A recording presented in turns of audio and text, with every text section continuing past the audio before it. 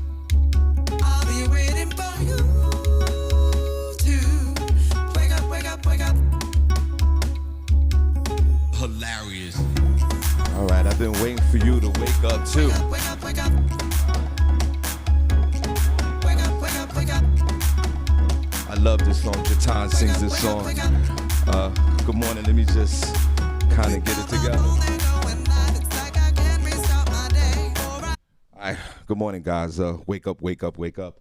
Like my mother always say, thank God for Jesus. It is Feel Good Friday, guys. Good morning, Feel Good Friday. This Friday, October the 29th, 2021, 18 minutes after the hour. Welcome to the Shawn Harvey Morning Show featuring the Wake Up Team.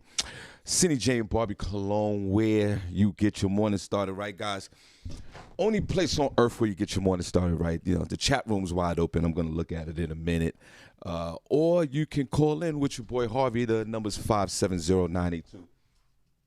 6590, guys. You know where we're at. We're live on iHeartRadio, radio.com. Also the ShawnHarveyMorningShow.com. Distributed by Comedy World Net Radio. Thank you for your service over there, guys. Also Comedy Cloud. We appreciate you. Special shout out to our affiliates, WFLX, The Flex in Rochester, New York. Thanks, guys. 94.5 The Blaze, Louisville, Kentucky. We definitely appreciate your continued support. We appreciate that big time. Also, you can Google the Shawn Harvey Morning Show featuring the Wake Up Team. All the links come up. We're on all major podcast platforms. So it's real easy to find the Shawn Harvey Morning Show featuring Wake Up Team. YouTube as well. Please, if you don't mind, just go to YouTube, type in the Shawn Harvey Morning Show. Subscribe to the page if you don't mind. You get notified on YouTube. And this morning, we were on Facebook, our business page. Go to our business page and like the page, the Shawn Harvey Morning Show featuring the Wake Up Team. If you like the page, you get notified Monday through Friday. When we go live after 7 a.m. We appreciate you. And join our group, guys. And, I know our regular listeners know what I'm saying, but this is for the new folks. Join our group, guys, at the Shawn Harvey Morning Show featuring the Wake Up Team group. Still trying to get to 5,000 members. I don't know what the holdup is, but y'all keep inviting friends in, and I'm inviting them as well. So one of the hottest groups on Facebook, and we appreciate you guys so much for always being active in the Shawn Harvey Morning Show featuring Wake Up Team group on Facebook. Also, just to let you know, we have front page news, guys, with Senny J, S to the E-double-N-Y. And you can't deny, we give you the news locally, nationally, globally, and you know how I love it from the hood. So stay tuned for that. That'll be at the 8 o'clock hour. I'm super excited on a Feel Good Friday for the front page news. We also have, Senny Says, we give you some entertainment news as well on this glorious Friday, October the 29th. This month is done. Halloween's tomorrow. I get it. But before that, guys, we'll go with the morning buzz. There's one thing that we can guarantee on the show each and every morning, that your head will be buzzing before 9 a.m. And then Harvey's House of Sports. Of course, matter of fact, I'm going to jump off with sports in a minute, but I'm going to tell you about that in a second. So, again, action-packed show. The chat room is up. I'm going to the chat room in a minute, guys. I am so sorry. I am not in the chat room at the moment. I don't even know. Put a number 1 in the chat room if you're even in the chat room. I'm going to look in a moment. All right, so I want to say this. We're going to shout out the room. Yeah, we're going to make that happen as well.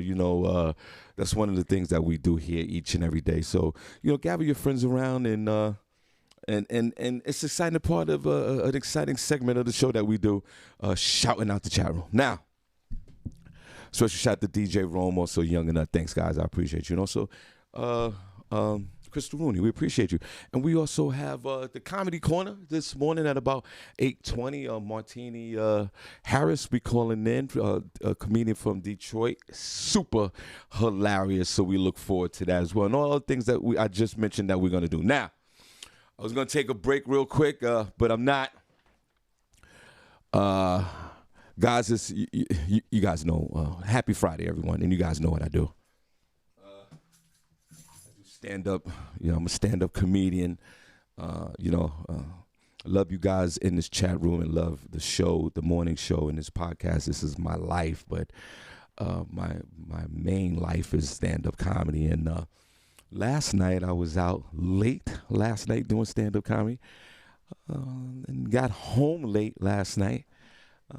I am wearing the same clothes I had on last night, and with no shame. I mean, I got up, I woke up late, and I just put on the clothes that I had on last night. And I'll be honest, the clothes that I had on last night was just simply like laying on the floor.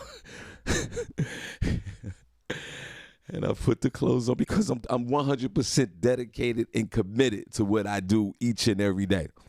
So I have on the same clothes. I did, wash my face and I came here. And I want to say this before that's probably one of the reasons why I'm not cutting on the camera. I'm going to cut on camera in a second. And that's one of the reasons I want to share that. Last night, I had a great experience. Before we take a break, I was over at very interesting Aruga's Grill House and Sports Bar, located at 1250 Route 22 in North Plainfield, New Jersey. And if you guys are from Jersey or just any place else, you know what it is. Like that it's one of those state roads where there's a lot of traffic. There's a lot going on. And this is in North Plainfield, New Jersey. And interestingly, this Aruga's Grill House and Sports Bar is owned by 2 African-American soul sisters and brothers.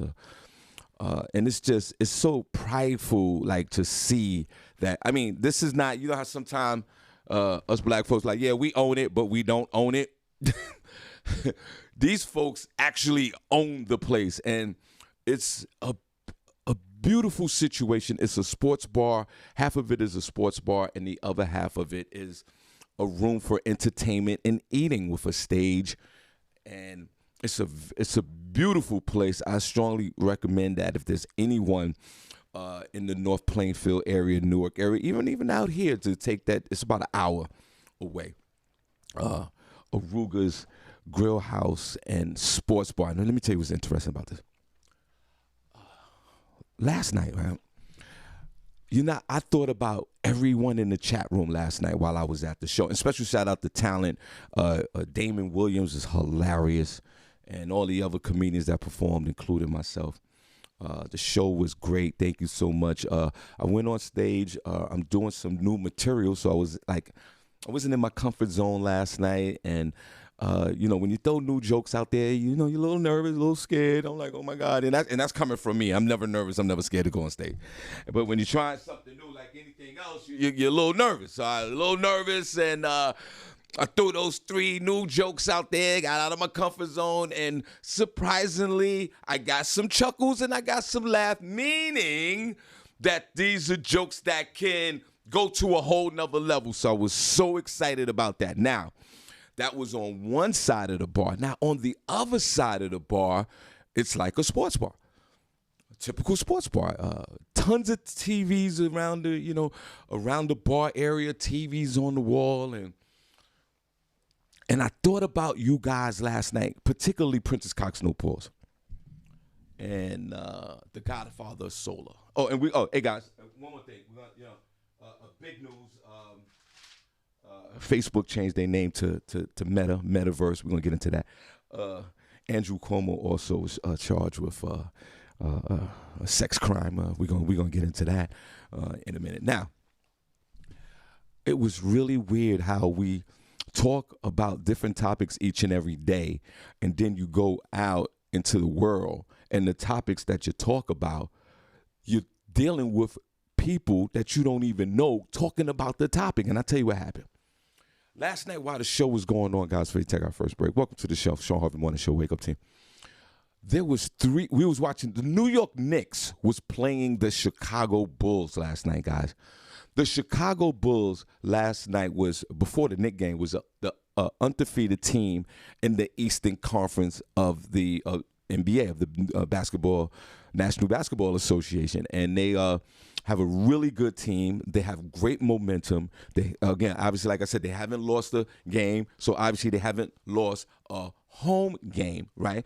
The New York Knicks, who just finished coming off a win from Madison Square Garden the other night with the beating the 76ers, which I was really weird. I forgot to talk about that. Spike Lee's been wearing some real strange outfits at courtside at the Knicks, and I'm going to show. Oh wait, hold on. I'm gonna put the camera. Okay, hold on, guys. Hold on, guys. Okay, there I go. Y'all see me? Okay, wait, hold on. Hold on. Y'all see me? Put a number one in the chat. Wait. Put a number one chat room if you see me. Wait, let me go to the chat. Spike Lee's been wearing some weird outfits at the New York Knicks games lately. Like he looked like Denzel Washington from Malcolm X. A lot of zoot suits he's wearing. So I'm gonna put up some pictures of Spike Lee. Now back to what I was talking about. Guys, you're not gonna believe this. Let me just get this together. I ran into. I can't wait. It's Princess in the chat room. Let me know. I ran into three. It was a lot of people in the sports bar. And sports fans, there's different levels to sports fans. You got the moderate sport fans, they'll stay home and watch the game. And then you have the sports fan that's really into sports, maybe, special occasion, the Super Bowl, the championship, but they don't lost interest in sports. And then you have the sports fan, the guy or the woman that gets up, get dressed, go to the sports bar and start yelling and screaming. When you can do that at home, this you know what I'm talking about. These are the sports. You hear these guys?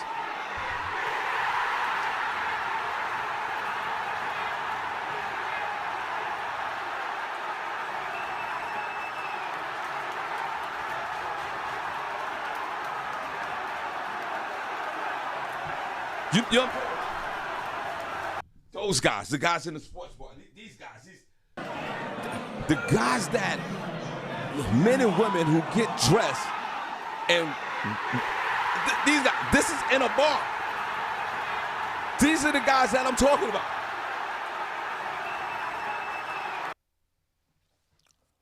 So on the other side of the room is the comedy show. And then the other side is the sports bar. And I thought of Princess Cox and Paws, and I thought of the Godfather of Solar, because these guys are from Brooklyn. Guys, you're not going to believe this. I ran into 3 New York Knicks haters who used to be Knicks fans. The same people that I talk about every day on this show, almost every time we do sports, we talk about basketball. Guys, I ran into these people. I mean, it was 3 men. It was friendly banter. We the men are, we got our chests out and our egos are pumping, and we are sharing our basketball knowledge. We're sharing our basketball knowledge. We sharing how we used to play basketball in the hood. Everybody's an NBA coach. Everybody used to play ball. And I ran into 3 Nick haters. I was also with DJ Jess. I'm going to call him in a minute. And I couldn't believe the hatred that these folks have for the New York Knicks that are now running with the Brooklyn Nets. I ran into these people that I despise at the sports bar while we're doing the comedy show. Man, they was going in too. And the Knicks, right, were playing the Chicago Bulls last night, like I was saying.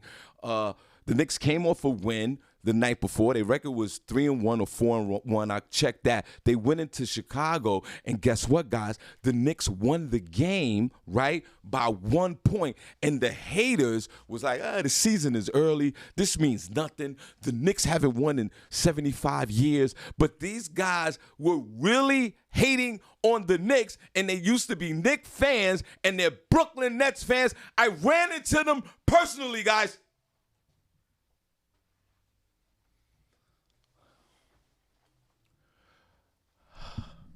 It still trips me out about guys going. Put a number 1 chat room if you go to the sports bar every time there's a big game, or you go there regularly and you eat the fries and the football wings. Put a number 1 if you do the football wings and you do. Matter of fact, if you don't mind, in the chat room, guys, what's football food? I know, right? Pizza, stupid wings. Fries.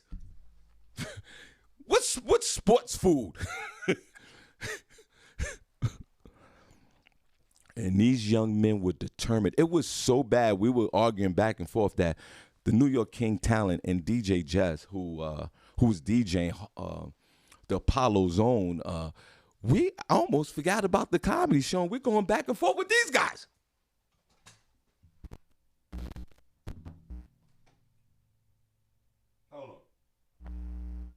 Listen to this. Listen to this. Put it in one chat room. You go to the sports bar. So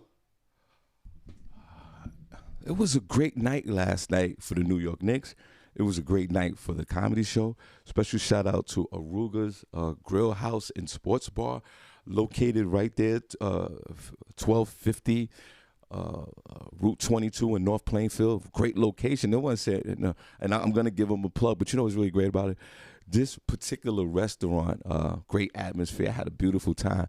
It's in the strip mall, and it's sandwiched in between literally IHOP and a Texas Roadhouse. Imagine you have a business. I don't care what kind of business it is. And this is a restaurant. So it's 3 restaurants right next to each other. If you have a business sandwiched in between, literally a sandwich, between an IHOP and a Texas Roadhouse, you're going to win. If the food is good, you are going to win. There is no way in hell that you can fail at any business if your business is located next to a IHOP and a Texas Roadhouse. Put a number 1 chat room if you ever want to check Texas Roadhouse. Put a number 1 you get an IHOP. I think we all went to IHOP. I'm not an IHOP fan though. Put a number 1 if you went to IHOP. But let me tell you something. The sports fans, COVID's been out, and a lot of us, haven't been out. I mean, I've been out, but I haven't felt that whole sports bar vibe. Hold on, I'm gonna call Jesse. I haven't felt that whole sports fan vibe, and boy, did I get a taste of it last night. Who's a sports fan in the chat room that goes to the sports bar? I think it's cute. I think it's cute to go like on a date. I think it's cute to go on a date. I think it's also cute like if Of course, obviously, if you're in a relationship and you're both sports fans, that totally works. Hello. Jess, What up? everybody. I mean, the Apollo's own, and that's an understatement. One of the legendary DJs on the New Jersey scene, but of course around the country. Let's clap. The one and only DJ Jess is on the phone. I'm clapping. Thank you. Jess, it was good to see you last night, brother. Yeah, definitely. Always good to see you, man. Always good to see you. Jess is, and I mean that. When I see you, it feels good, man. Let me put a pause on that.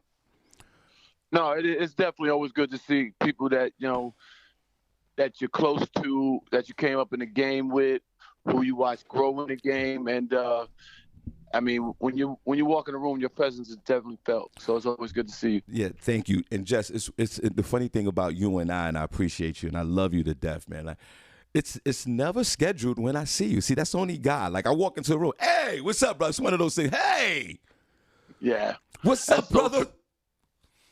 That's so true. That's so true. We do more running into each other than scheduling anything. Right. Now, Jess, I was just sharing with my listeners before we get into what we want to talk about real quick. Before we take a break, guys, I was just sharing with my listeners the experience over at Aruga's Grill House and Sports Bar over at 1250 West 1250 Route 22 in North Plainfield. This place is and also owned. It's black owned for real. Correct. 100%. Not the 50% black owned, or you know how sometimes black folks always say we own the restaurant, but we don't. That is so funny. You do, and then somebody come out the back and tell them what to do. My staff always talking to me like that. Like, exactly. But this, right? We always doing that. Thousands of entrepreneurs and a lot of business owners, but this is a tell us about the couple that owns the restaurant real quick, Jess.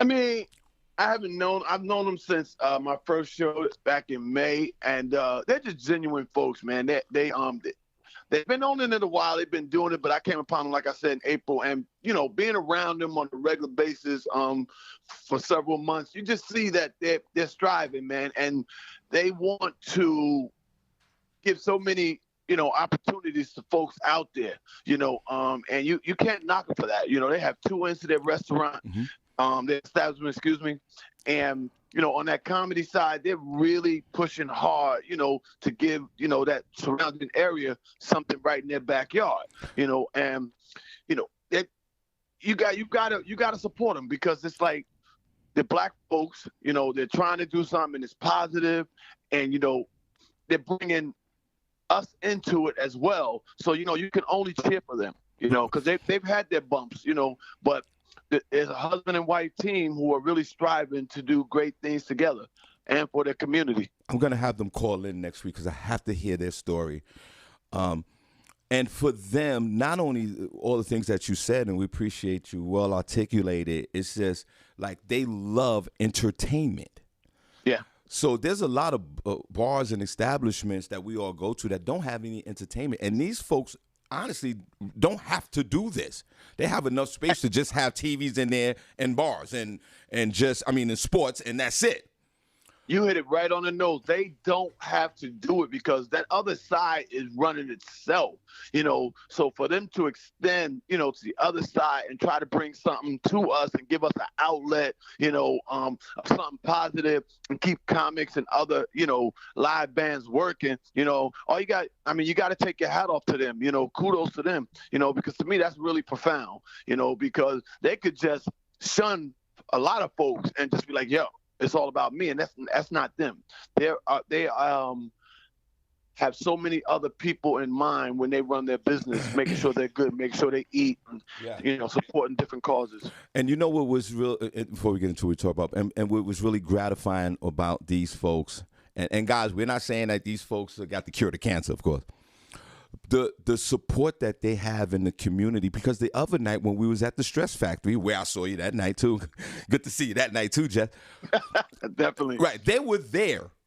They came in, they ordered food, they supported everybody's movement. They supported what you could consider their competition. They were in their place, not acting like, and they wasn't there on the spy tip. Let's see how they running this, how they doing this, whatever. They were there to enjoy an evening and, give homage to another comedy club that's doing good things and support our cause, which we're there each and every last Sunday of the month. So, you got to give them kudos. I mean, they are a great husband and wife team. Now, and I was just sharing with the list. We're gonna take a break, but we got DJ Jess on the phone. After we talk to you, we'll take a break. Just, I was saying, like, the location is great. They're also literally sandwiched in between an IHOP and a Texas Roadhouse. No, yep. That drives traffic. I was just saying to the listeners just now, like, if you have a business in between, I don't care what type of business it is. If you have a business in between an IHOP and a Texas Roadhouse, that's a win right there. Too much traffic coming through there. Hell, they can't miss you. They can't miss you. And every time we've been in there, you see the traffic comes through there. They're doing good business. And they hire good help. They're friendly. They greet you well. All that good stuff that makes a business flow.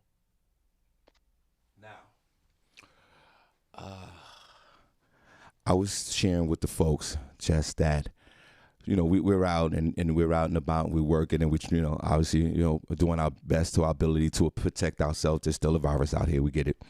And last night, just for me, I had the experience of, I just don't remember since COVID, hanging out at the sports bar, talking sports with sports fans.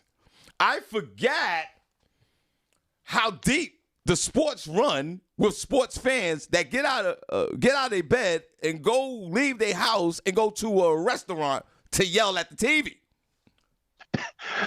That's so funny, man, because we wasn't there for that, but we wound up joining in between sets because, we both love Knicks fans, and you had some, fuck it. Excuse my friend. Forget it. Let's call them Nick haters that were in there. They were just like, oh, man. So it was good to go back and forth with them. It really was. Now, Jess, and Prince Cox, no pause. God bless you, Jess. This is weird for me. I've always had a movement. I'm almost resentful to Knicks fans who bailed out of the New York organization for whatever reason, but we know what the real reason is. They all went to Brooklyn to join that big three. I resent Knicks fans who left the Knicks to go to the Nets. And now the Nets are in this whole type of quagmire over there via Kyrie Irving, and they're not playing good basketball right now. Right. My question to you is this. I'm not letting Knicks fans back to Knicks World after going to the Nets.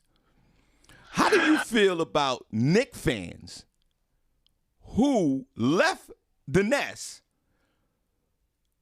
to go over to Brooklyn, and now that they're not winning, and say if the Knicks go deep into the playoffs, would you take back the Knicks fan, Jess? I mean, it wouldn't be easy to take them back, but because they would catch a lot of heat from me, okay? Because the thing about it is, my wife will tell you, I'm a die-hard Knicks fan to the point where who gets dressed in something Knicks gear and a Knicks cup to watch the TV, to watch the game in front of a TV in your house? Me. That's a die-hard Knicks fan. And I'm standing there instead of sitting down. I'm all into it, So me, I'm always going to be a die-hard Knicks fan. But I think the ones that did jump ship, the loyalty is not there. So it's kind of hard to call you a true Knicks fan, after that. I root for the Nets as long as they're not playing the Knicks. I'm a fan of the players on the team, and I like the Nets. I've always liked the Nets because they were once in Jersey. Right. But it never made me, not be, all in on the Knicks. So the fans who jump ship, shame on you, bro. Shame on you, and it's going to come to bite you in the butt.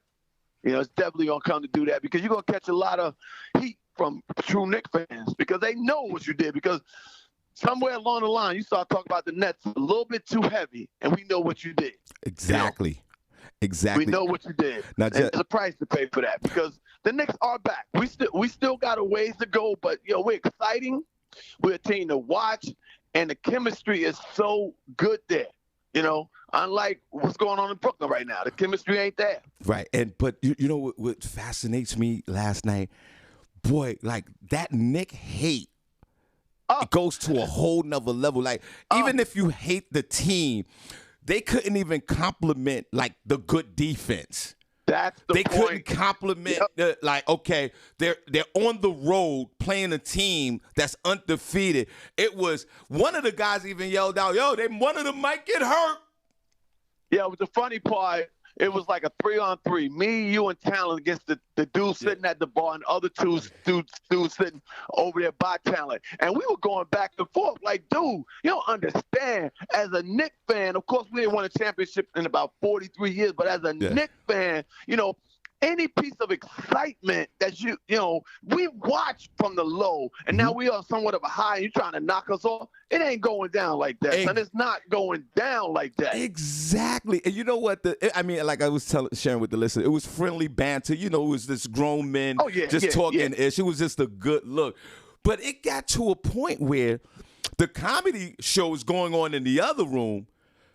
The host, the DJ, and one of the comedians. And there was a point where we kind of forgot that there was something going on in the other side of the room. And the funny part is, Talent was like, I'm going to light him in 6 minutes. And we looking at our watch like, is it 5? Is it 4? Yeah, we did get caught up in the other room. Nobody knew what was going on, but we were definitely in the other room, man, because that's the excitement of the Knicks right now. Right. You walk out the door to go to a gig, you like, I got to DVR this. I know it's going to be hot. And then you go into a sports bar, you like, oh, man, I got to stay focused. Now, what's hilarious about that? I walk off the stage because I was telling folks, I was, doing a little bit of my jokes, and I was trying some new material, and it was all good, and I felt good about it.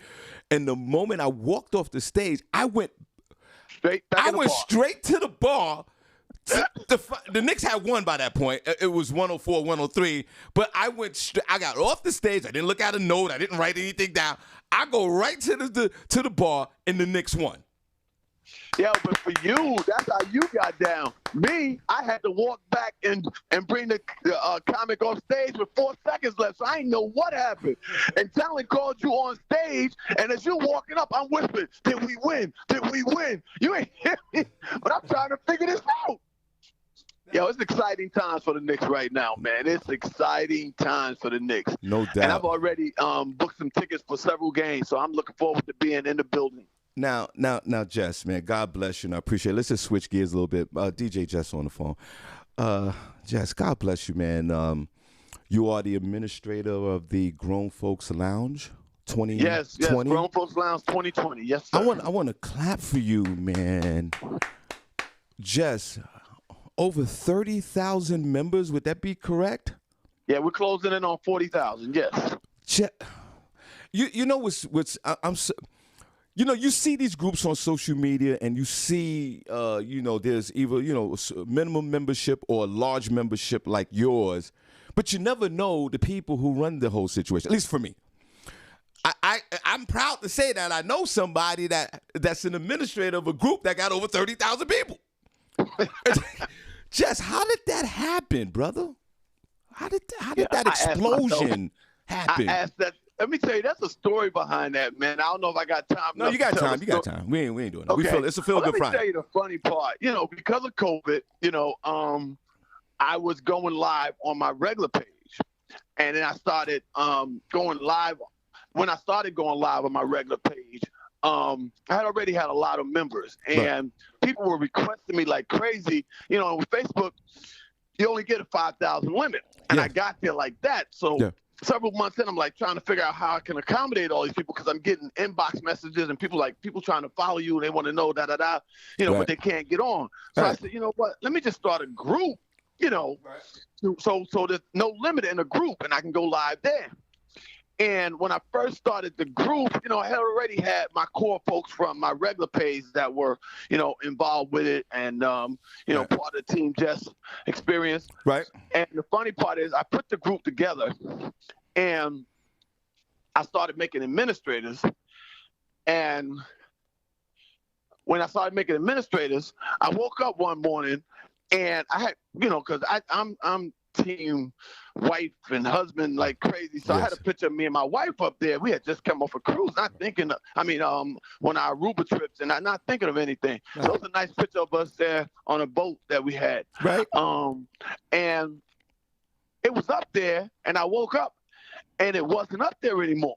And funny part is, I got to backtrack a little bit. We went from 100. I'm hoping to get like maybe 1,000 people in a week. I'm like, okay. Right. And it took off. And within a week, I had like probably 6,000, right? Yeah, I saw that. Wow. Okay. This is crazy. So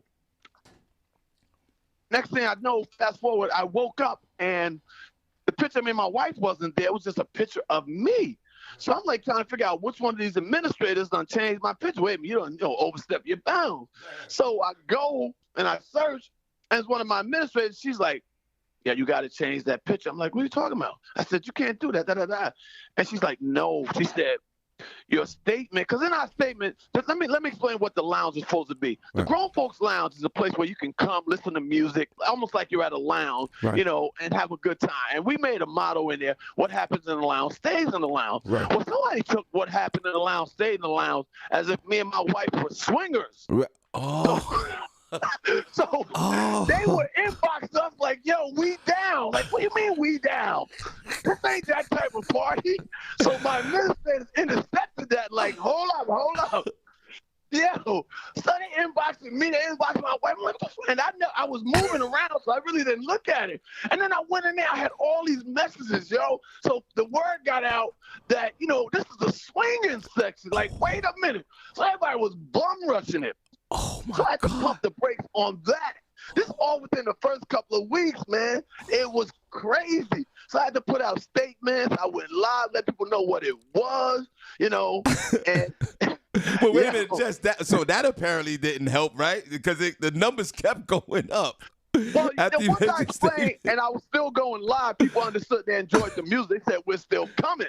But by that time you had like 6,000, 10,000 people that done post with pictures in there, men, women. So everybody was coming to see the pictures as well and enjoy the music. So it became a combination. But I had to weave out so much nonsense in the first month. My wife was livid, yo. She was like, we ain't doing this. Right. And I'm like, yo, anything that starts like this, you got to weave it out. And it took a couple of months for me and my team to actually weave out all the nonsense and get people to know that this was strictly, a music site, and not a hookup site. All right. So now, hold on. I don't mean to interrupt. Now I know what to do. Change the Shawn Harvey Morning Show featuring the Wake Up Team group page into the Swingers Shawn Harvey Morning featuring Wake Up Team Swingers page. There was all they got to do is perceive that it's about swinging and they own it. Wow. There's a lot of swingers out there. Man, you'd be surprised, bro.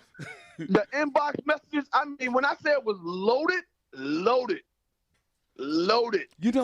loaded. But it's been a great benefit to me because it's opened some doors up. I got some great things that I was able to create from that because I was already creating stuff. But it kind of brought several people that didn't know about me or know about some of the things I was doing into that circle. So it's been really beneficial. And for the last, I would say 8 months, it's been running really smooth. Well, it's been a pleasure to have that group, and there's some great people because I've had a couple of getaways, that several people on the West Coast or the Midwest wouldn't know about, and they've actually, came. So it's been a blessing to a lot of folks, and people look forward to the music. And that is a tremendous blessing, and also a huge responsibility for running a group with so many members. It's a really big one. Yeah, and you guys are doing a great job. And it's just weird for two things. One, yes, it seemed like all the swinger groups on social media have those high numbers of members for obvious reasons because everybody's nasty out there. And it's okay. Be nasty. Be yourself. It's cool. Be swingers. I'm not mad at that. But it just seems like if it's anything connected to anything sexual, Yeah. those numbers go up crazy. And No, like I said, it's nothing wrong with it, but it's just anything sexual with Facebook, with a group, yeah. a lot of traffic. No, you're 100% right. But the one thing I can say, and I give kudos to my team and what we got going on, is our numbers actually stay consistent with members coming in. You know, even after that, like we average requests per day coming in at about 500-600 people per day. Well, Jesus Christ! Yeah, I kid you not. You know, it's amazing. You know, every time it pops up, you got 110 new requests. You got 200 new requests. So I mean, the numbers are still there. Well, and we remove, without exaggeration, over 10,000 people out of our group. Nice. Easily for violations. So guys who are in the Shawn Harvey Morning Show featuring the Wake Up Team group, go on over and invite yourself over to the Grown Folks Lounge 2020 group. It's if you're not already a member, y'all go on over there and support my good friend Jess, because that group is popping. I'm in it as well. And you know what's weird about that, Jess, before I let you go? Everybody, DJ Jess, Apollo Zone, the legendary DJ from New Jersey, is in the building. DJ's at the house, at the Stress Factory in New Brunswick, New Jersey, and also DJ's major comedy shows for our top tier comedians throughout the country. And we appreciate your service, Jess. Now, thank you. Let me ask you a question. It's weird that you go from swinger in your group, weeding out these folks, when you are a loving husband and father. And I want to take a moment to thank you, Jess, because when I got married, you was the first person that called me and shared some knowledge with me the day after, whatever day it was. I want to say thank you for that, for reaching out for me to share your experience, strength, and hope in relationships and being married. And Jess, you are one of those dudes. Everybody, please follow my man, DJ Jess. We'll give him a social media. Jess, boy, you and your wife is a blessing to the world. But Jess, you show your woman tremendous amount of love on social media. A lot of men and the women here in the chat, in my group, there's always a lot of turbulence with that. Like women, the men don't show enough love for their women on social media, blah, blah, blah. They're doing this and they're doing that, which is, these are all valid points. Jess, how did that all come about with you showing your beloved wife, who I know who's my sister, who we all love and respect your wife? How does that come about, man, with showing her that type of love that you show on social media? I mean, it's a couple of parts of that. I mean, the first and foremost is my wife is my best friend. And, to have a best friend that supports you and holds down your house the way it does, she needs to be given props. I don't do it, for any other reason to give her the props that she does, because behind the scene, nobody works harder than her. Holding me down, between my crazy schedule and, trying to juggle everything that I'm juggling, she makes sure that I'm good, and when somebody goes out their way to do that, and loves you as hard as they do, the least you can do is let the world know that, you may see my face, but the reason I'm good the way I am is because I got a partner who holds me down. Wow. And that's what I do with my wife. She holds me down. And in this entertainment world, there's a lot of distractions, but that doesn't faze me, because I know what I leave out to every day, who I come home to, and I refuse to let anything or anyone interfere with that, because at the end of the day, that's my rider, and it's about me and her, and that's all I want. And I want people to know, and I want her to know how much I appreciate her, and it's the little things, and if you want to know who I am and how I ride, just take a look. That's it. Yeah, wow. That's it. And I appreciate her. Wow. And when it comes to you, and any other person that's in a relationship, I give kudos to folks finding that one and appreciating that one, because the thing about it is, there's a lot of people who get a great woman or get a great man, and they have a lack of appreciation for them, because, they think that's what's owed to them. No, that's not. That's really not, and I've built a lot with my wife, right. And, she's definitely seen me grow, and I wanted that history. And now that I have that history, I want people to know that I didn't get this history by myself. It's not me. And that goes down to my kids. My kids are writers with me, Right. whether it's musically, just being there. I mean, I am truly a family person. I talk to my kids every morning, all of it. It's just what we do. One of the things, as you live and you grow as a person, you have a lot of regrets. I don't have a lot of regrets. I have one regret. I have some things that I wish I could have done differently, of course. Right. But my regret would be, not making the most of the time I have with some of the special people with me. Well, Jess. That's what's important to me. If I can't do that, that would be a regret. Well, because my wife, my kids, they mean the world to me. And all the success that I'm having won't mean anything if I don't have time with them. That's a regret, right. And I refuse to have that. Well, Jess, well said, because you're not out here doing it for the likes. You're doing it for the appreciation and the love and the acknowledgement for your lovely, beautiful wife, your queen. Now, Jess, a question. I show my wife love on social media as well. It's not a competition. No, it's not a competition. Yeah, believe me. Of course, it's just what I choose to do. Yeah, of course. That doesn't mean. Me too. Jess, let me ask you this. I know a few of my friends. Everybody, DJ Jess on the phone, please. We give it social media. Matter of fact, I'm going to clap for you, brother. I don't know why I'm clapping for you, but I'm clapping. Thank you, man. Jess, I have a few of my friends that are in relationships.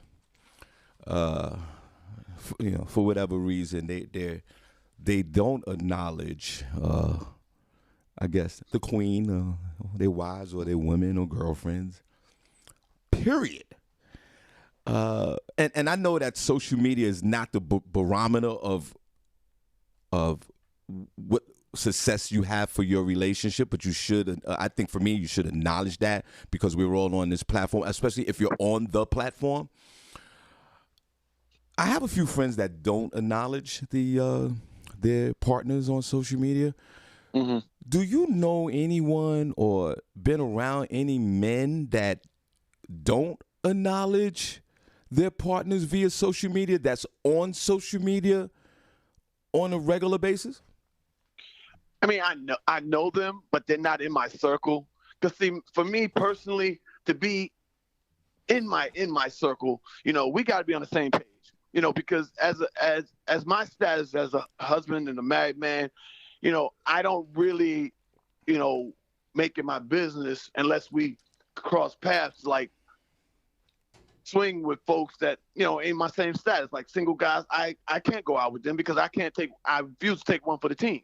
I don't do that, so, however you choose to, roll in your house, well, that's your house. I don't judge anybody, right. You know what I mean? But I just make sure I stay true to what I choose to do. You don't know how people choose or what understanding they have in their household, right. But I'm in a whole different place. I'm in my place, my space, and this is how I choose to roll. Everybody runs their household different. Right. I like the people that are around me that their household is close to mine, because we need to be on the same page. Right. I saw you recently go on a trip. Jess does a lot of trips, guys, and he does. There's a lot going on with you, and I appreciate you. And I recently saw you on a trip, which I acknowledged on social media. You went literally on a couples trip. It was a bunch of just couples. Yeah, we went to Jamaica. Right. Now, Jess, before I get into that real quick, my whole thing is this. So, are you saying that? First of all, do you know any single men? Oh yeah, I do. I know plenty. Well, I know plenty, and I speak often. They ask me questions, and I answer, and I'm answering from experience, because I've had my days as a single person. I've had my days, doing other things. Yeah, you know what I mean? Of course. I lived, I've learned. But this is the space I've been in, for the last 15 years. Right. And that's what it is. Right. So, so let me ask you this question. I need your help. And if you don't mind, you know a lot of people, and you just said you know single men. in my beloved group here, the Shawn Harvey Morning Show featuring the Wake Up Team group, and the folks that support my movement here each and every morning, we have a deficit of single men. We have single women in the group, but we have a serious liability with single men.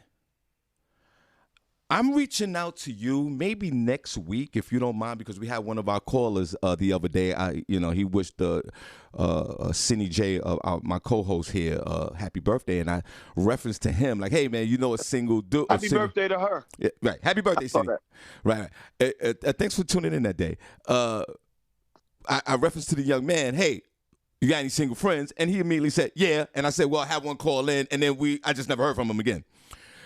Jess, if you don't mind, I would like to coordinate with you, today or tomorrow, whenever we got time, for 2 or 3 single men, if you don't mind, because we're just having fun, to call in to share their experiences with being single, black man, white man, Latino man in this country and what they go through.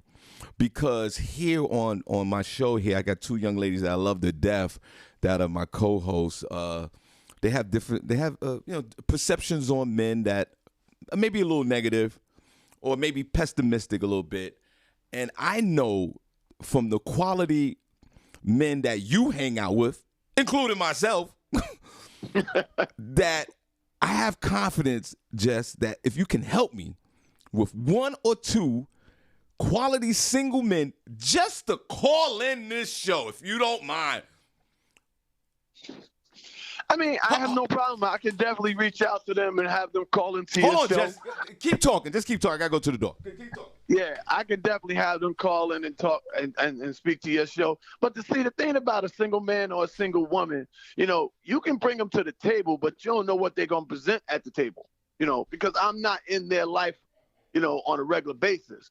So bringing them to the table and introducing them, it goes from there. We don't have any say in that. So, that's a experience within itself. What? Okay. Jess. Yo. Sorry. Now I'm sorry. I had to open up the door for August. All right. So wait. My question was, and I know you kept talking about it, didn't hear anything you said. Is there any way, I'm going to just repeat the question and you can repeat the answer. I didn't hear anything. Is there any way, if I could reach out to you later on today and have, next week, we could plan it out. I know guys are single. I would love to hear the single man experience in the lives that they live each and every day. Could we link up in, is that okay, Jess? Because we can make it happen. We can make it happen. Because I mean, as I think of your question off the top of my head, I know a few people that I think would entertain this and give their true thought on being single. Right. It's not. We're not doing no matchmaking. I'm not doing all that. You just want to get their perspective on being a single man in the 2021. Exactly. Yeah. Exactly. August, if you don't mind, could you say good morning to Jess, if you don't mind? Good morning, Jess. Okay. His name Jesse. Good morning, yeah, Jesse. How are you? Hope all's well. All is well. Do you know August? Get the weather for me, if you don't mind. Do you know any single men out here? I think I know more single women than men, but I do. Okay. Yeah. Because we're gonna start a movement. Okay. We want to get a few single men to call in. Okay. This show, because I can't remember the last time a single man called in this show, because we have a lot of single women on this show. And I'm not doing no match-up dating thing. Right. I just want to hear the perspective of what's going on with men that are single today. Okay. Jess. Because there's no reason for it? Is it because there's a lot of single women? Well, because on this show, yeah. sometimes it becomes a man-bashing situation with single men. I got it. Comes like a WWE fight. Right. I got it. Okay. And then competition. Yes. Okay. That probably is because you got to understand your listeners are usually 30, 40 above.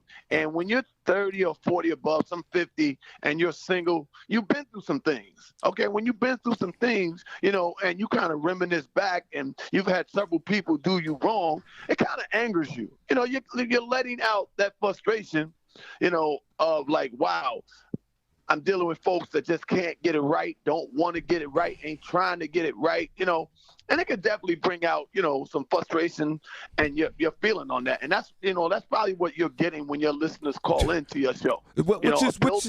Which is a great point. But my whole thing is, what they say, like, let go and let God. Or sometimes even though you have a resentment or a grudge, and I know that sometimes you, like you just said, you repeat the same situation and it's not your fault and you do feel anger about it, of course. But at some point, do you let it go? But you have to, because you'll never be able to move on if you don't let it go. You have to let it out and move on. A lot of times, a couple of things can happen. People can move on before they let it go, or they can't let it go. And it's hard to move on. Let's put a pause on let it go. If you run into that scenario, you're in the status that you may be in now. That may be a reason why you're in the status that you're in now. Right. Whatever, right. Like negative stuff, hurtful stuff, at some point in time, as hard as it is, you got to let it go because it's controlling you, And if it controls you, whether you're moving on at 80%, 90% clip, that's still at 10 to 20%. That's like reminiscing and not allowing you to give yourself or move forward as far as you need to go.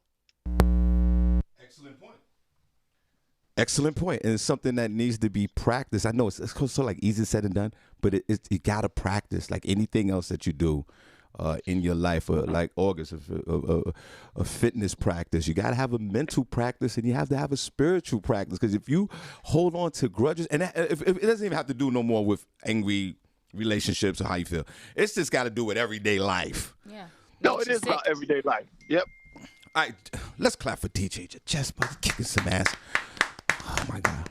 Jess, we're going to leave you the last word, and we're going to take a break. And I love you to death, man, and thank you so much for all you've done. You back, man. All you've done in the entertainment business throughout these years, everything you've done for the community. You recently won an award, right? I've been blessed enough to win a few of them. I thank God, I just call it an acknowledgement of, hard work and, doing the right thing for different shows and folks, and I just thank folks for just recognizing, the time that I put into the craft that I'm blessed to be able to do, and I thank God, for that.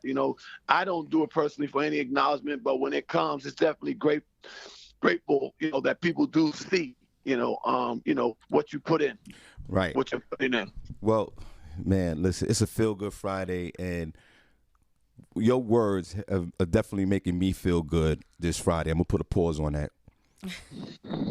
Well, you should feel good, man, because your show has been running consistently for a while now, and I watch you grow in this comedy game and touch people, and you do what you do for the love of it. And with your comedy aspect of it and the people you put around it, that's an extra spark on what you do. Sky's the limit for you and your team. And I just look forward to seeing how far you go because you really, really have grown and you dove into what you do, and I'm just say this real quick before I leave. I was talking to Bob Sumner a while ago, and we were talking about hungry comics and comics who are on the grind, and your name was top of the list. Well, thank you. Appreciate that. And it's just like, wow, because again, I watch you become comfortable in your own skin and realize that you're not a comic on the outside looking in, but you're in that comic world. So give yourself kudos for, going inside that arena and making a difference. You're going to make me cry, bro. That's so encouraging. All right, Jess, I'm going to give you the last word. We're going to take a break. Where can my folks find you? Please, everyone, I encourage you guys to follow my man, Apollo Zone. I'm gonna give you the. Go ahead, Jess. Give everybody your information, and we're gonna go to the break. You got the last word, bro, and God bless you. Cool. Thank you.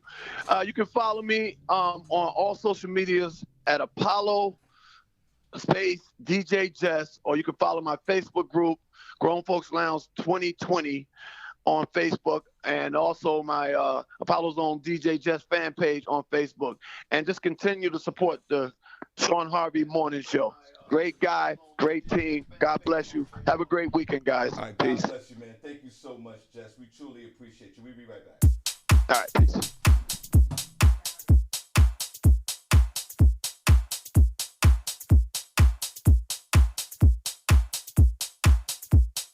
DJ Youngnut. If he ain't playing, I ain't staying.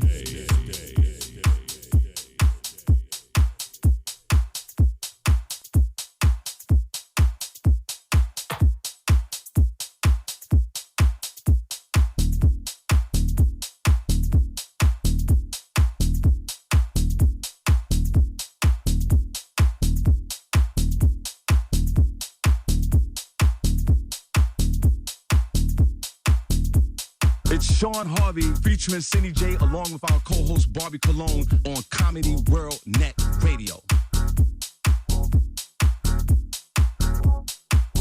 Hey guys, it's Barbi Cologne from the Shawn Harvey Morning Show featuring the Wake Up Team on Comedy World Net Radio.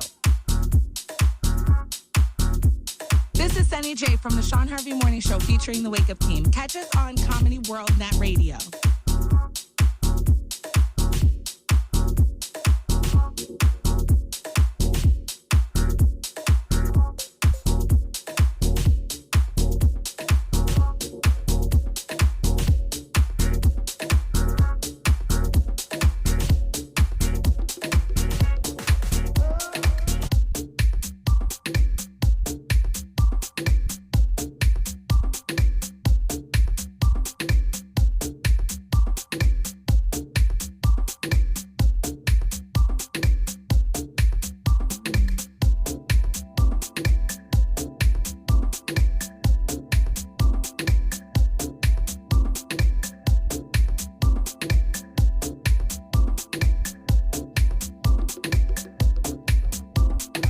Who is it?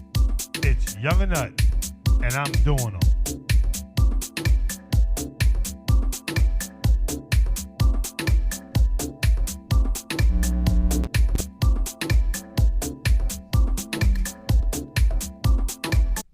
All right, hey guys, we are back. It is Feel Good Friday. I feel good today. Thanks, Jess. Feel Good Friday, October the 29th, 2021. 18 minutes after the hour. Welcome back to Shawn Harvey Morning Show featuring the Wake Up Team. That's Senny and Barbi Cologne, only place on earth where you get your morning started right. August, I'd like to say good morning to you and thanks for stopping by. I'm glad I can be by. I just got my morning workout. And I bought us some green drinks. Oh, okay. So we can, partake in some veggies this morning. Well, keep ourselves. Where's the green drink? I'll do the green drink right now. I got it right boy. here. Green. Right? Yeah. Yep. So you can continue to wear white turtlenecks. Yeah, I'm gonna. Yeah, this is what I had. I'm just saying. No, this is what I. Marlene, hold on a second. I'm gonna put you on the phone. Hold on. This is the outfit I had on last night. And you just kept. I just put it right back on this morning. Yeah, but the fact that you're wearing a turtleneck, that's good because I remember the belly. So now you have no belly. Yeah, the belly's gone. And now you can get away with that white turtleneck. Yeah, well, thank you. Yeah. So, yeah. Well, it's thank working. you for that. It's working. I appreciate that. All right.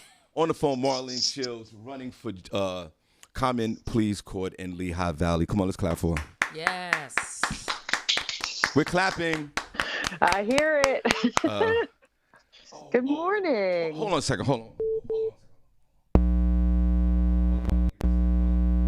me 1 second. Hold on. Hey, Martini. Yo, no, don't worry about it. Bro, let me call you back in 10 minutes. Is that cool? Yeah, that's good. I got you, man. Cool. I got you. Hold on, everybody. Hold on. Give me a minute. That ADHD's kicking in real heavy. He's got it. Hold on. That ADHD's kicking in. All right. Okay, we're back. Multitask. Yeah, that that's was a lot going just. on. So August is gonna, we're gonna shout out the room. We're gonna have some fun with you guys. Marlene, good morning. How are you? I am 5 days from the end of all of this, so I am great. I am energized. I'm ready to find out what the answer is. Let's go. August Williams, this woman has been, when I talk about out in these streets, Okay. moving real heavy, Okay. promoting and campaigning. Okay. She's on my Instagram timeline every 5 minutes of the day. And she. I don't want you to forget. That's how you got to do it. You got to so even if I notice when I go into the voting booth, yeah, all I'm going to remember is these big behind boards of the one person's name. And I hate that because that's subliminal. Yeah. So everywhere it's about, putting your name out. Just put it on my lawn. I won't even, if you want to use my lawn, where is she running? She's running in Lehigh County and she's in the west side of Bethlehem okay. The west side of Bethlehem is a part of Lehigh County. Now you're in Northampton, right? Yes. So if you know folks that live in the Lehigh County, Allentown, Saucon, all these other places. I do. If you don't mind, could you reach out? Because Marlene, she's going to share a story right now. This is the first African-American woman that's running for common plea court in this county. This county's been here for 209 years, she said. Wow. This is like a colonial thing. It's like a here he thing. Oh, no. So this is the... Oh, yes. So, yeah, well, you share. So we were tried, but we never was the trier. Right. Okay. Right. In Lehigh County, there's never been a person of color in any level of the judicial system in this county. Okay, well, she got how can like we, the parking ticket folks. No disrespect to the parking ticket magistrate guys. None of them has been African American. Oh no, we gotta change it. Exactly, it has to reflect where we live. She's got to. Go ahead, Marley. You go. You campaigning. Are you getting any sleep? I go to sleep very early. Anyone that knows me knows that I am not. By 8 o'clock, you can find me in my bed, getting ready to fall asleep by 9 o'clock. But I usually am up in the middle of the night. So you might see posts at 12 or 1 because it's hard to turn it off. You talk about how I'm busy. I'm hustling at 2 a.m. thinking about who else I need to talk to. How do I animate people? How do I make sure people can show up on November 2nd to vote? I don't get a lot of sleep. But November 2nd, that night, I think I might be asleep early. You never know.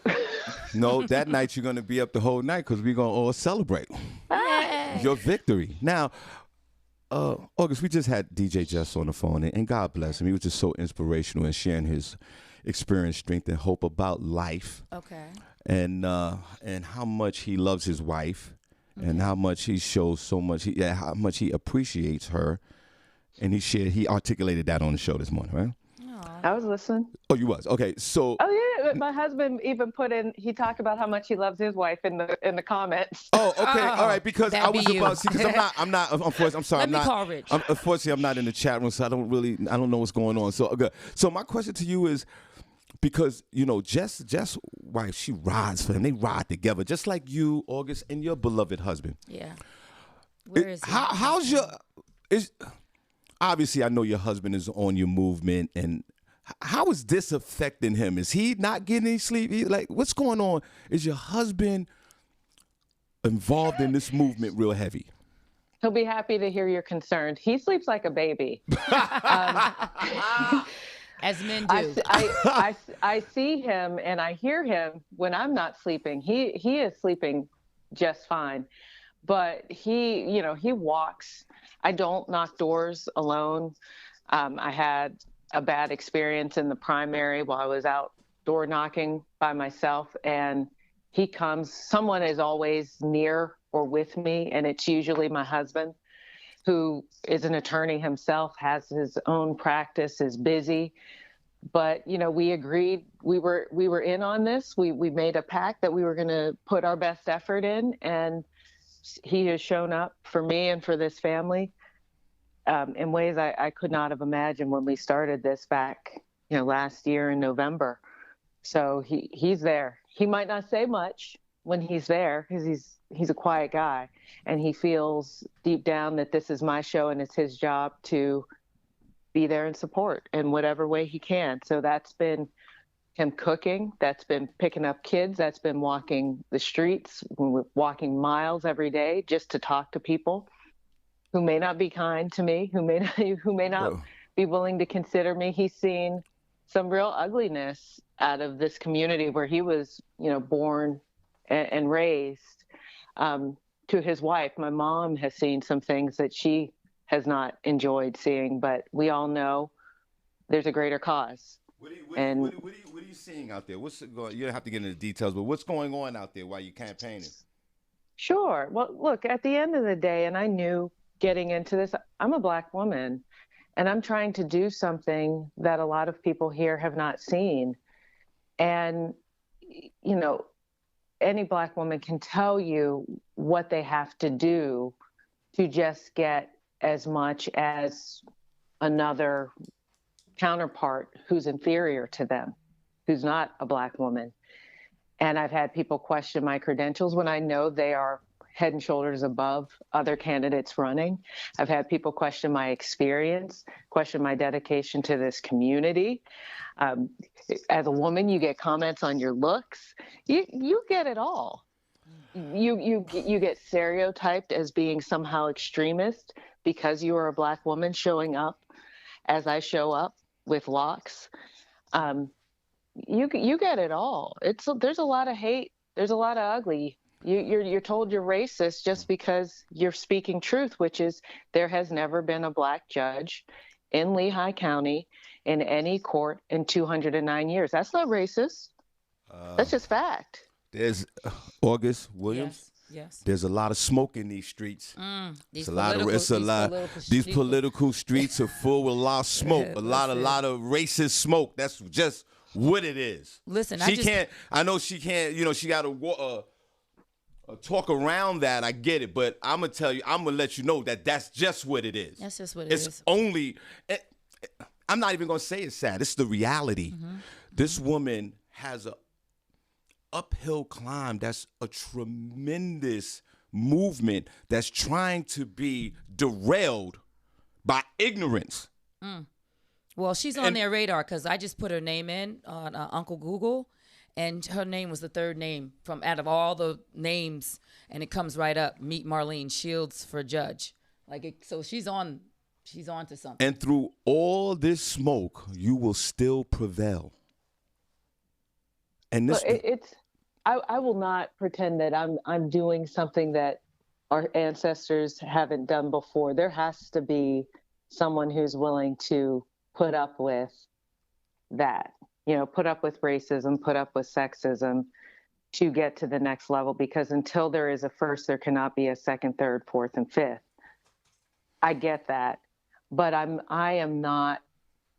I've come to a point where I'm not going to be quiet about it. Right. I'll be honest about it. I will call it out when I see it, when I experience it, because it's important for people to understand that it won't just happen, because it's going to require a lot of people showing up and voting. And maybe you don't typically vote because you've not seen anyone that would motivate you to vote. I want you to know what I'm going through to get this done. And I want you to talk to people about voting and showing up. See, and then the flip side of that smoke, August, is you have us folks, minorities and people of color, who don't believe in the voting system and don't want to vote, and that's anti-government. So this woman is catching it on both ends, and she still stays strong at the mission statement at hand. I applaud you. I don't know. Listen, I would have went out and started campaigning. I got cursed out. I'm going to curse you back out. You know what I mean? And I know there's some restraint that you have to have.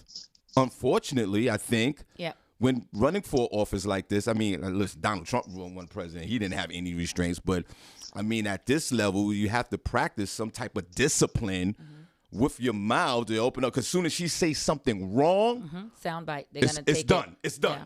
Well, in today's climate, it doesn't matter what you say, even if it's right, it's going to be mistaken. It's going to be.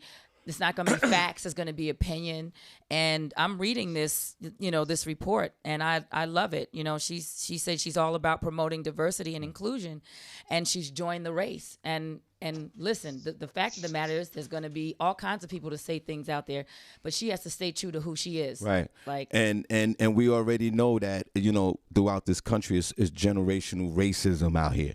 It goes from your grandfather, great-grandfather. It's almost embedded into the individual, unfortunately, to say that, but it's just the reality.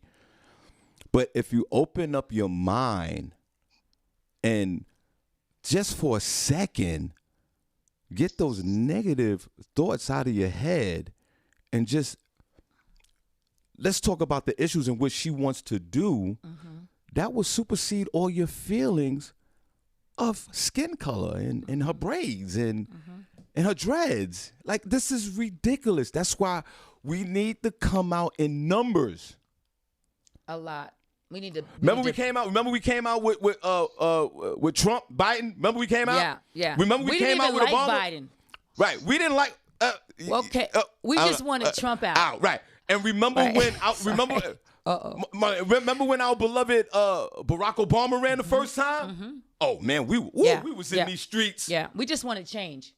I think everybody just was tired of the establishment because people all around the world were like, if they illegally voted. I mean, they just voted. I think this time we need people that's going to stand up and be for truth and call it what it is. Don't take tea for coffee. Right. And we just need somebody to not be afraid and stand on good morals and stand for what they're trying to do. I think that you'll be fine. You will overcome this adversity in this community on Tuesday. It's this Tuesday, right? It's Tuesday. Oh, wow. Tuesday, 7 a.m. to 8 p.m. You can vote. If you're registered to vote, show up. If you had a mail-in ballot vote, don't put it in the mail at this point. You need to find one of the 5 drop boxes and deliver it personally. Don't trust the mail at this point to get it there on time. Just drop it off. Oh, I can imagine that. Wow. What this young lady's going through, if I was going through what she's going through, I'd be in the bed at 5 o'clock in the evening. It was about 8 o'clock. She's on their radar. It's 8 o'clock. Shawn, we talked about where I'm from. I'm from Pittsburgh, Pennsylvania. And some people think that makes me a carpetbagger. But I come from a long line of very, very strong women. There's no quit in me. So if you're waiting for me, hold on. Wait, carpetbagger. Wait. We didn't mean to interrupt you. Carpetbagger meaning. Can I look it up? Meaning you live from someplace else and came here? Someone suggested online that I'm a carpetbagger. I've been living here for 15 years. If I'm a carpetbagger just here for political gain, boy, I'm running a really long game. Okay, I found it. Yeah, and you know, guys, what's carpetbagger? Real quick. Carpetbagger is someone who's perceived to be exploiting the local populace for their own financial, political, or social gain. Okay, now let me share your story with that. Let me show you, and we're gonna throw this carpetbagging thing out the window. Okay, I'm gonna share this story with you. Hillary Clinton was from Arkansas. She purposely moved to the state of New York to run for senator. She came within that window. I think it was like 20 days or whatever. She moved to New York. And in the New York political establishment back then, they had this congressman, this Dominican woman. I can't remember her name. They was grooming her to run for Senate. Right? Because I guess one of the old school guys, Mondale or whatever, they were dying or whatever. They were too old. Oh, wow, Mondale. Right. Wow. And Hillary Clinton moved to New York. And they told this young lady who's still in the Congress today, to this day, they said, now you can't run. Because we have Hillary, who never lived in New York. We're going to put all of our ducks behind her. Right, so you ain't going to tell me nothing about no carpetbagging. That's right, because they do it on purpose. You're not going to tell me that. This woman's lived here for 15 years. What are you talking about? And this woman who, again, her name is Naya. I'll find the name of this congresswoman. She's still in Congress today. She had to yield to the Democratic Party for their decision who they wanted to run, because they had a plan for her to get to the White House. That's crazy. Right, August. That's right. So we ain't trying to hear all that, everybody. No.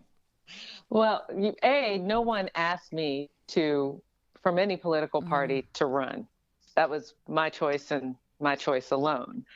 But B, you're absolutely right. I have lived here since 2006. Right.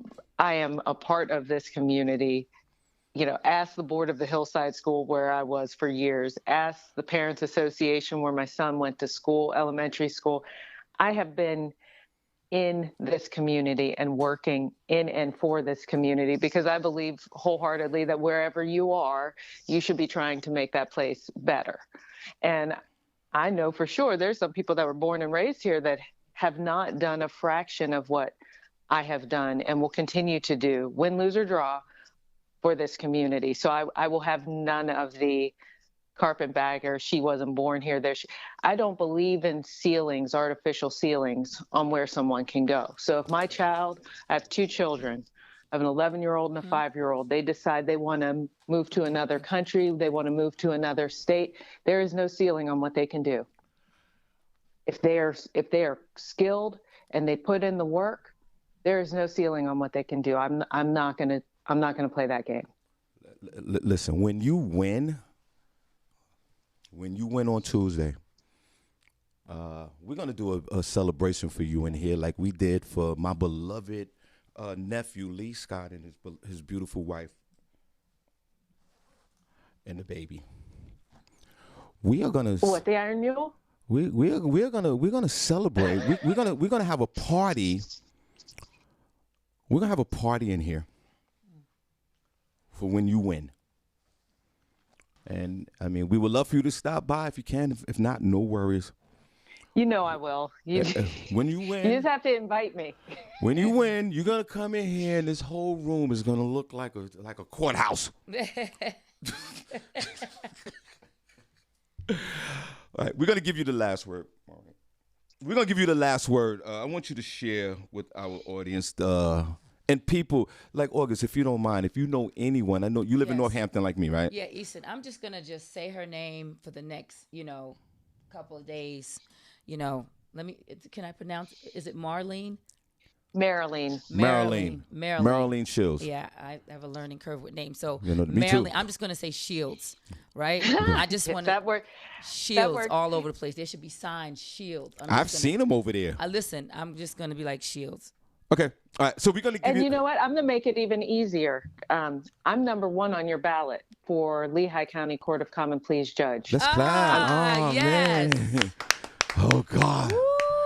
Listen, I'm going to pray. I'm going to literally pray and just pray God covers you, keeps your mind, and, keep you clear-minded, keep you focused, because these next couple of days are going to be just, I'm telling you, I put your name in, and out of all the shields in the world, your name, so you are on the radar. You are someone, when they see their name, we're going to pray that you I tell you what, August, if you don't mind, could you give us a 10-second prayer right now for this young lady? That's impossible for a prayer. Okay, I'll do it. I can do it. We're on the show. We can't do it. God, we thank you right now for her life. We thank you, God, that you're going to cover her on every side. We thank you for the victory that's already won. God, we believe that she can and she will do it, God, that she is, for this day, she was born for this purpose, to make change, to make new, Lord God. And we know that when she gets into the establishment, it will be forever changed because of her presence. We thank you for her boldness and her confidence. And it's in Jesus' name that she'll be victorious. Amen. That's right. That was some smoke right there. That was some prayer smoke. Jesus, that's what you got to do. And she said she couldn't. Right, exactly. And I said, yes, you can. And it happened. That's how you can. You will, Shields. All right, we're going to give you the last word right now. We're going to take a quick break. Martini Harris, hilarious comedian from Detroit, is going to call. And he did call in on time, but, I have him call. We're going to call him back. But we want to give you the last words, Judge Shields. Go ahead. Judge Shields. Thank you, Shawn. And thank you. And I miss Senny. I miss saying happy birthday to Senny, but wherever Senny is. Thank you for having me on. This is the third time I've been here. We only have 5 days left to campaign, and I'm doing everything that I can, covering every base. The word for it is hustle. But if you are on social media, find us on Facebook or Instagram. It's Shields, FORLC Judge. We are on Twitter. If that is how you share information with people around you, find content. We put stuff out every single day. Shawn knows I spend all day making sure people have information about why they should be picking me, because I don't expect you to just pick me because I'm Black or I'll be the first. I expect you to pick me because I'll be the best. I am the best candidate that we have. So find a way, talk to people that you know in your life, friends, family, make sure they show up and vote. If you need a ride, send us an email. We will be providing rides to the polls for people that need them. info@shieldsforlcjudge.com. There is just no excuse to miss this day. We don't know how many shots we'll get, so we need everyone to show up and assure victory on November 2nd. Awesome. Thank you so much. Yes. We appreciate Thank you. We'll be back. Bring down your name.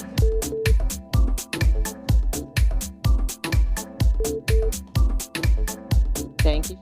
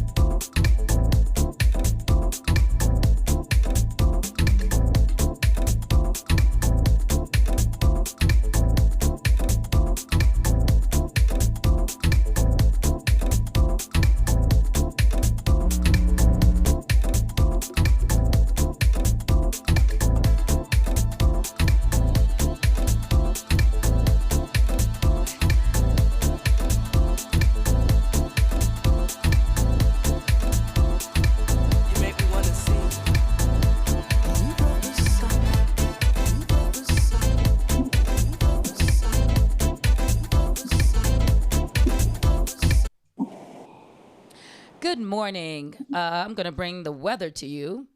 That was probably wrong. Okay. We'll bring the weather to you today, Bethlehem, PA. It's 50, partly cloudy. Tonight is going to be 52. Hold on. Probably. Okay. Here we go. Newark, New Jersey. There's a red exclamation mark. I don't know what's going on. Okay. We're going to move to, let's go to Chicago. Chicago. Okay. Chicago is 56 and rain. We also have Miami. Miami, it's sunny. It's 75. I'm sorry, partly cloudy.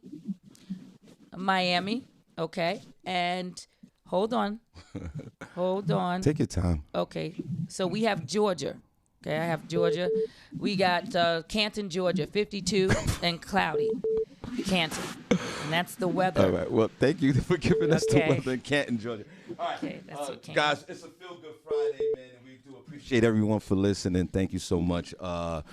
Please like and share the Shawn Harvey Morning Show featuring Wake Up Team business page and get notified Monday through Friday when we go live. Everybody, man, I hope you guys are enjoying the show on the Feel Good Friday. We have a hilarious comedian on the line right now. Everybody, please, if you're on the mind, come on, August, let's start clapping for the super hilarious Martini Harris, man. Come on, let's clap for him. Let's go. Hey, good morning, brother. What up, dude? Yo, how you doing, man? Oh, man, blessed in the chest, letting the Lord do the rest. Blessed in the chest, letting the Lord do the rest. Nice. Fire. Yes, That's some smoke already. Nice. already. You already know how I do it. Well, listen, first of all, how you feeling, brother? Oh, man, I'm feeling blessed, brother. Man, I can't complain. If I do, I got a problem. Amen. So, before we get into this thing, the country's opened up, at least on this side of the planet, August, and when comedy shut down, a lot of us comedians, obviously no one was working, they shut everything down. Right. In August, they had me doing Zoom comedy on the conference, and I'm a live performer. My performance doesn't articulate well through Zoom. So I did a Zoom conference comedy show and I bombed. Cause I didn't know you didn't bomb anymore. On Zoom. On Zoom. Oh, okay. I bombed in front of my laptop. Virtual bomb. Virtual There bomb. was a virtual. There was a virtual bomb. And people were saying weird things in the chat room and all that. They're like, look at this. They're like, look at his eyebrow. So my question to you, Martini, Look at his eyebrows. Oh my goodness. when that whole COVID thing happened, with performing. Yeah. Did you have these? I had a struggle with, and in August I stopped doing it. After the third one, I was like, I can't do this, guys. I'll just wait for everything to open up. Oh man, bro, I tell you, Joe, man. Number one, I talk to myself, so I do shows in the mirror. Right. So I was doing, well, it wasn't virtue comedy; it was called reflection comedy because I was the comedian and the audience. Right. So, reflection. With that being said, brother, man, I mean, I had fun. I just keep in mind of the greatest show I ever had in front of a live audience, and I'll copy and paste that in my brain. Right. And I just imagine, because I know my material funny, and I just imagine, that crowd and why I'm doing my thing. And I do it, and people, the comments, they self-explanatory. People will comment like, "Oh, that was funny." They'll send the smiley faces and the laughing emojis. I mean, man, it was so bad one time. I didn't care. I got $150. I did a show for kids on an Etch-a-Sketch. Well, I get down. Well, I'm glad you had positive emojis. I was getting the arrow emojis. I was getting the pointing finger at the door emoji. Dang. This way. I was getting this way emojis. This way. It could have been worse. Martine, man, God bless. First of all, where you from, brother? Detroit, Michigan, brother. August, folks from Detroit and Chicago and around in that part of the country, just like here, like they are so proud. You see, when he said Detroit, that you heard that capital yes, D. Yes. Detroit. Yeah. Detroit. Like, DEETROIT. From Detroit, how long you been in the comedy game, brother? Oh, man, 29 beautiful, wonderful, creative years, brother. Let's clap. Now, August, my start, like I always share with you guys, I was a dude in the barbershop snapping on everyone or jonesing or clowning. They use different terms throughout the country. Right. I was that guy coming to the barbershop and just slay everybody with the jokes. And then one of the barbers was a comedian. He said, "Yo, go on stage." And then I went on stage, and that's how that happened for me. Wow. Martini, how was your progression to the stage? How did that happen? You said, wait, say it again. I'm sorry. How did you get on stage? How did that work? For me, it was a barbershop thing. How did it work for you? Man, the first time I ever got on stage, man, was in my high school talent show. My drama teacher actually identified that I was an actor because I was doing impersonations of Michael Douglas from Fatal Attraction, that was one of the characters I had to play in drama. And then I was doing, of course, Richard Pryor and Joe Clark from the movie Lean on Me. So she said, "Baby, you're an actor, but not only that, you're a comedian. And I want you to get in the talent show." So I got in the talent show. Not knowing that Gladys Knight and her cousin William Guest was in the audience. Right. And I did my thing, man, and she recommended me to this world-renowned comedy club, like the Comedy Store in L.A. Yeah. It's one in Royal Oak called Mark Ridley's Comedy Castle, where Tim Allen started. And man, when I got in front of that audience, that was like my first time in front of all white people. And that's where I met Bob Saget and Tim Allen when they were just talking about his show, Home Improvement, but they didn't have the title for it. And he was congratulating Bob Saget for getting America's Funniest Videos from signing a contract with that. But man, I bombed so hard. Right. I felt bad, but my badness, I mean, the feeling of the failure of it, I took my failure and allowed it to be my teacher. Mm-hmm. And my teacher and my preacher, instead of being some type of, negative void. So I wanted to know what comedy was and how I can get off into it because I was just naturally funny. But I just had to pull it out of my personality. And that's where I met Mike Bonner. Right. Mike Bonner, that's my guy. Yeah. That's my guy. And he just showed me different directions. Then I met Kool-Aid, God rest his soul, in downtown Tony Brown. And these cats showed me, man, and cuffed me and, you know what I'm saying? And just walk the ropes. So it's like they just showed me the basic because they said I had the 95% attitude. So That's all it is. So you see, he talks about attitude, and there's a whole structure with comedy, and you gotta have that to, articulate your funny. No question about it. Now, you see, August, how he shared his bomb story. Yes, I all noticed. comedians they bombed. You're bombing. Yep. All the time, All and the then time. you get it. And we didn't even ask him the question. Nope, and that's been the theme. So the good comedians, bomb. I tried a new joke last night at the comedy club, and I was nervous. It's for you, because and it was been new, on it, and I've been on it, and I was like, okay, let me try this. How'd it go? Did you deliver it? went okay. Right? I got some give it chuckles. to me. I got some. I want it. Let me. I'm fresh. Well, it was. I said. Is it PG? I said, no, it's not PG, but I'll clean up a little bit. Okay. I'm out doing a joke for him, but I said, I'm recently married, and I got married because COVID. I thought I was gonna die, so I got a wife and get married, and I didn't, and if I died from COVID, at least I was married with a pretty woman and crying over my casket. And then what happened? They opened up the country, and then all the other women come out and. You have to second guess. And then my wife was like, "Why are you mad?" And I was like, "Everybody's healthy." Like, thank you. Give me high five. Everybody's healthy. I have choices. Everybody's healthy. I got it. So I threw that out there, and that's what they react. Okay, let me keep working on it. Okay, now, got it. Monty. Yeah.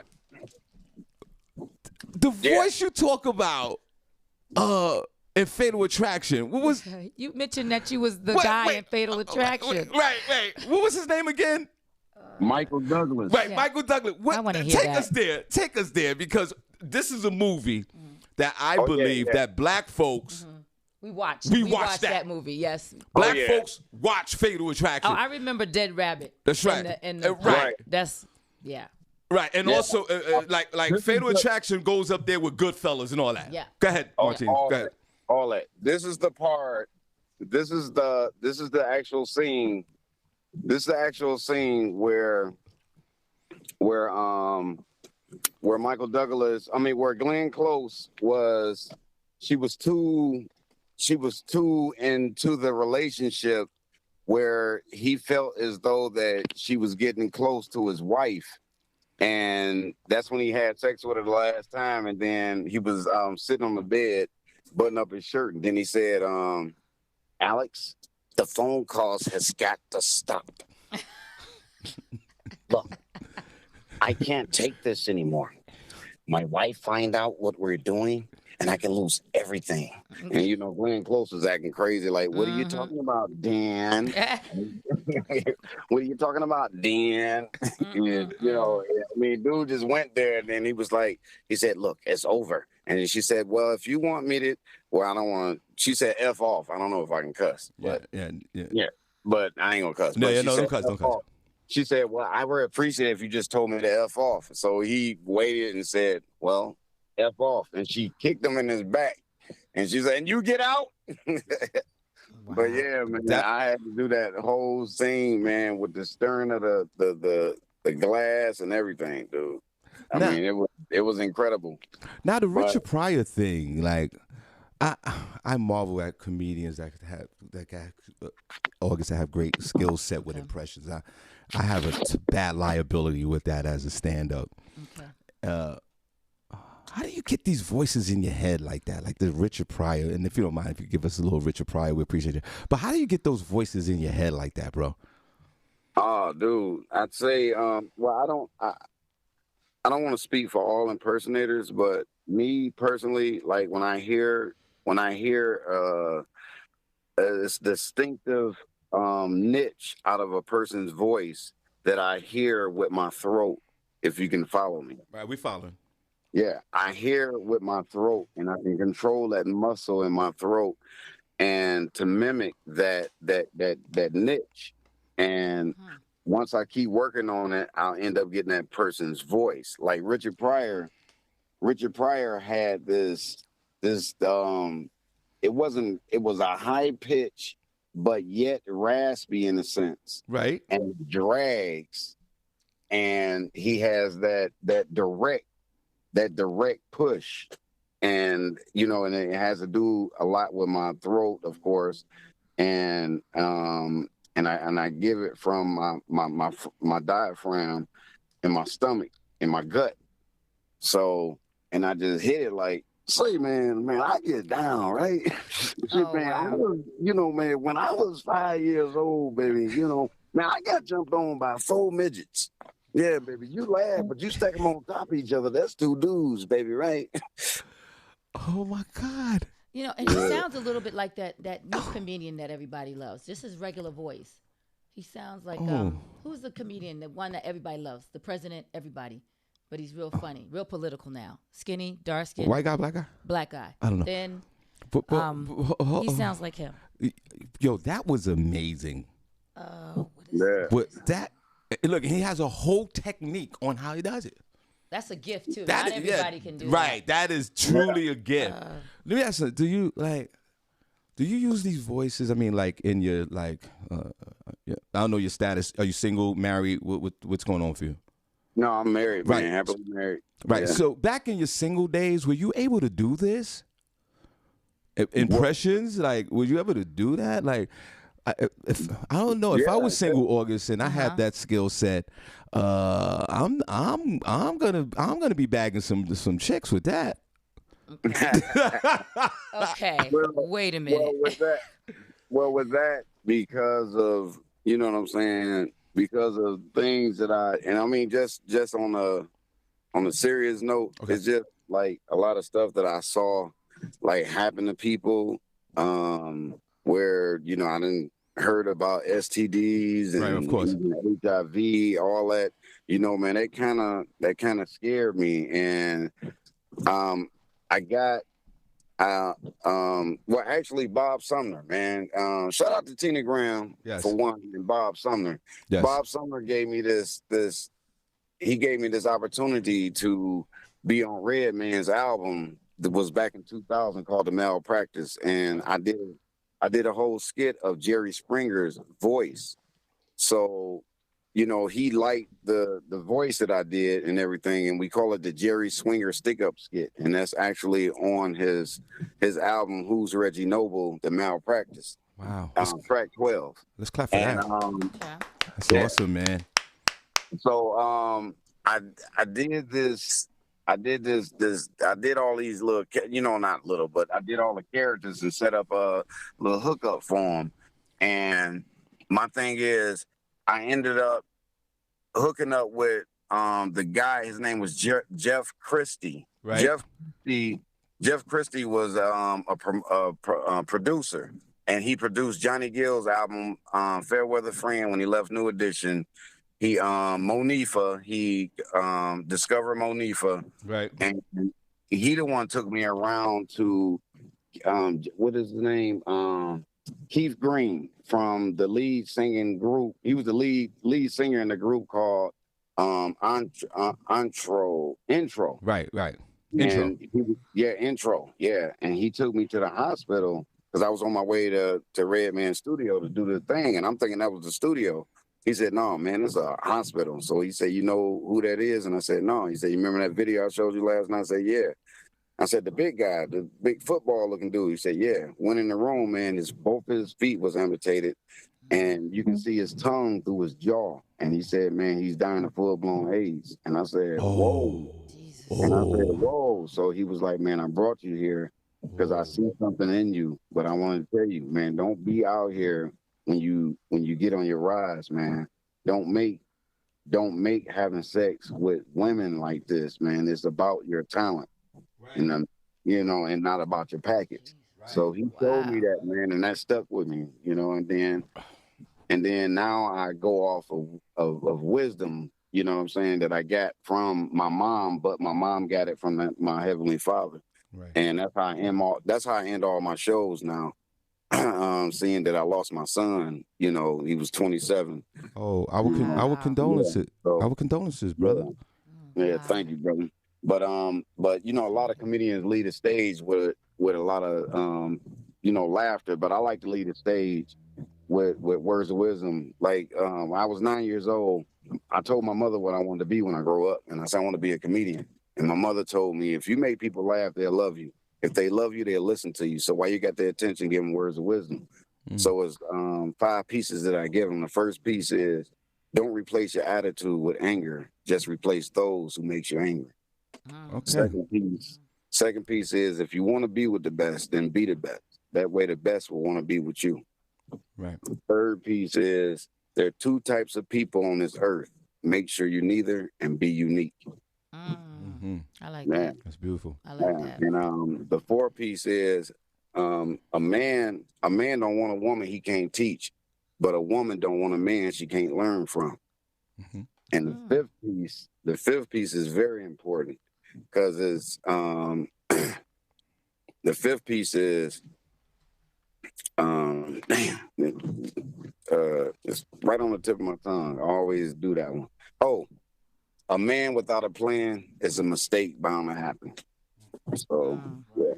Well, those are definitely words of wisdoms. And listen, let's clap, man, on a Feel Good Friday, man. Yeah. Thank you for that. I'll be selling T-shirts on them things, man. I did a Zoom during this pandemic as well. While you was talking about the Zoom thing, man, I used to perform for LL Cool J, and I hit it up. If he was on Instagram Live, just seeing what people was doing during 2020 because everything was shut down. So, I mean, I didn't get right in with him, but I was consistent.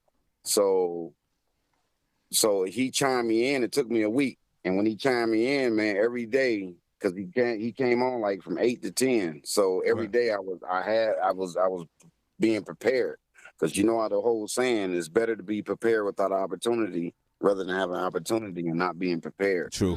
So I made sure. Yeah, I made sure I was prepared, and he chimed me in, and dude, the door was open, and I took the walk in. And when I did my word, I made him laugh. I gave him words of wisdom, and I showed him who I was. So, and he really loved it. So I gave him 3 parts of who Martini Harris is. And one of my favorite words of wisdom that he loves is there are 2 types of people on this earth. Make sure you need them. Yep. So he loved that one. And then that's my favorite. Let's Jesus Christ. Yo, brother, you are inspiration this morning on a Feel Good Friday. But check this out. We're going to give you the last word. We got to take a break. If you don't mind, Martini Harris, guys, come on, let's clap for him. Man. This is just a feel good situation today, and thank you so much. But if you don't mind, if you can give us everyone your social media where they can find you, man, I'm for sure my folks will follow you. Everyone follow this young man. But man, if you don't mind, brother, special request, can you do it in your Richard Pryor voice, bro? If that's okay with you, bro? If you don't mind, bro. If not, it's all good. But I do it in my Richard Pryor and Joe Clark voice. Okay, so we're going to give you let's clap for Martini Harris. You got the last word before the break, brother. Right on. All right. Say, man, if you want to find Martini Harris, baby, man, you can go on Facebook and put in Martini Harris. It's spelled just like the drink. You ain't got to put no olives, none of that. Now, if you misspell it, you're going to get somebody else, right? Joe, what you want to say? Look, they used to call me Crazy Joe, but they ain't call me Batman. The boys even on Instagram. You can find them at The Real Martini Harris. You understand? The real. That means the other side of fake. Okay?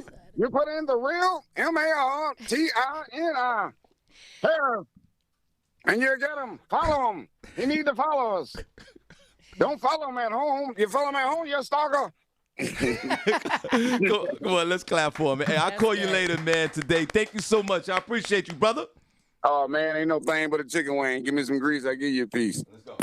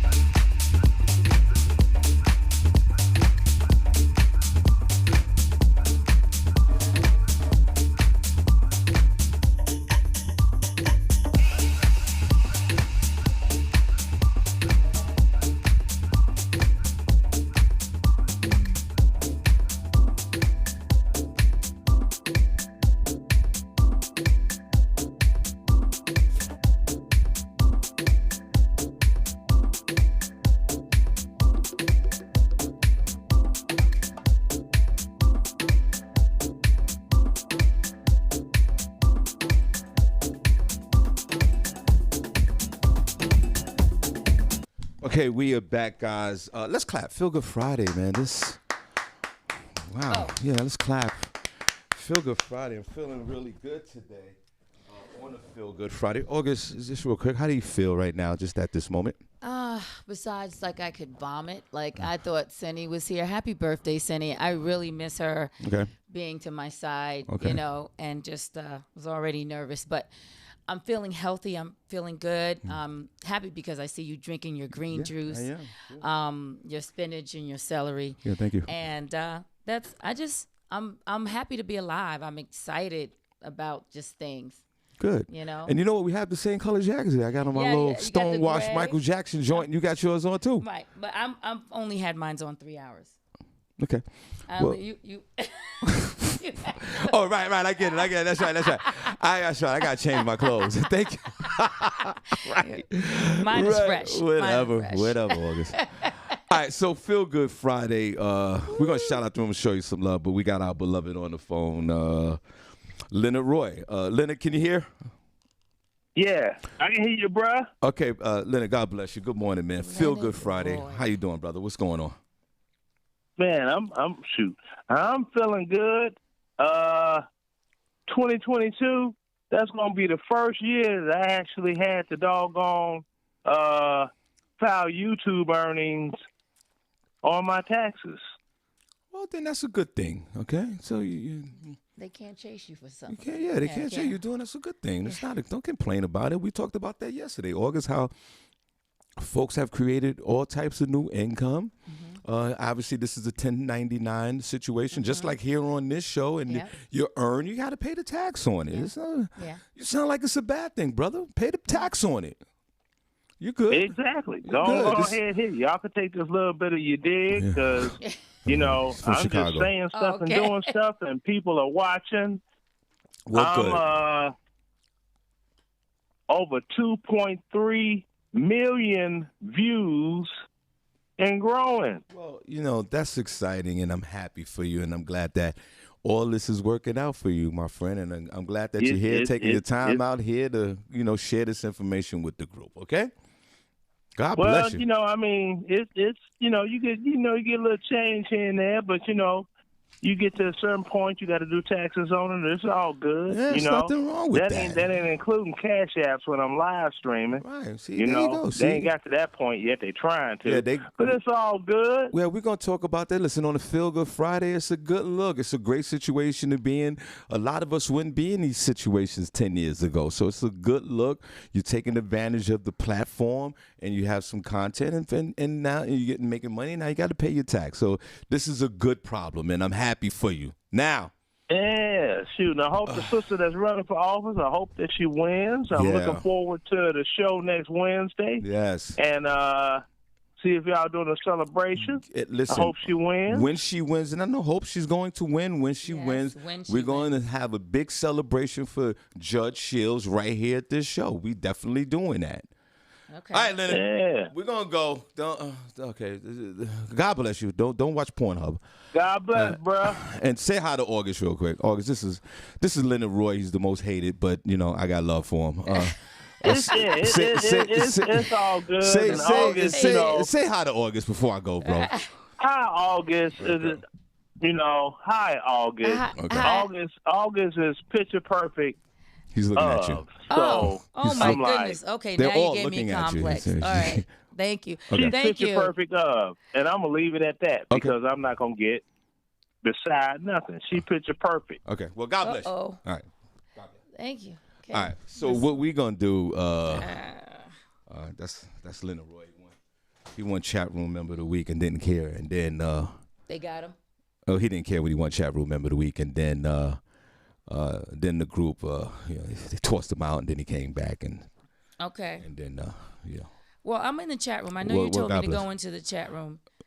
Am I supposed to? I don't think they're. I don't know. I see like what we're gonna do is we're gonna shout out the room. Okay. Show them some love. But basically, if you're gonna look at the room in the chat room, if they saying anything relevant to what we're saying at the moment, then you can read it. If not, or like sometimes there's some acknowledgement in the chat room. Okay. Unfortunately, I'm not in the chat room. I mean, I can see it if I want to on this big monitor right here, but because I have all this going on, they know that I got all this going on, and I'm running this board, and you got to be great at the same time. Right. So you can't be in the chat room.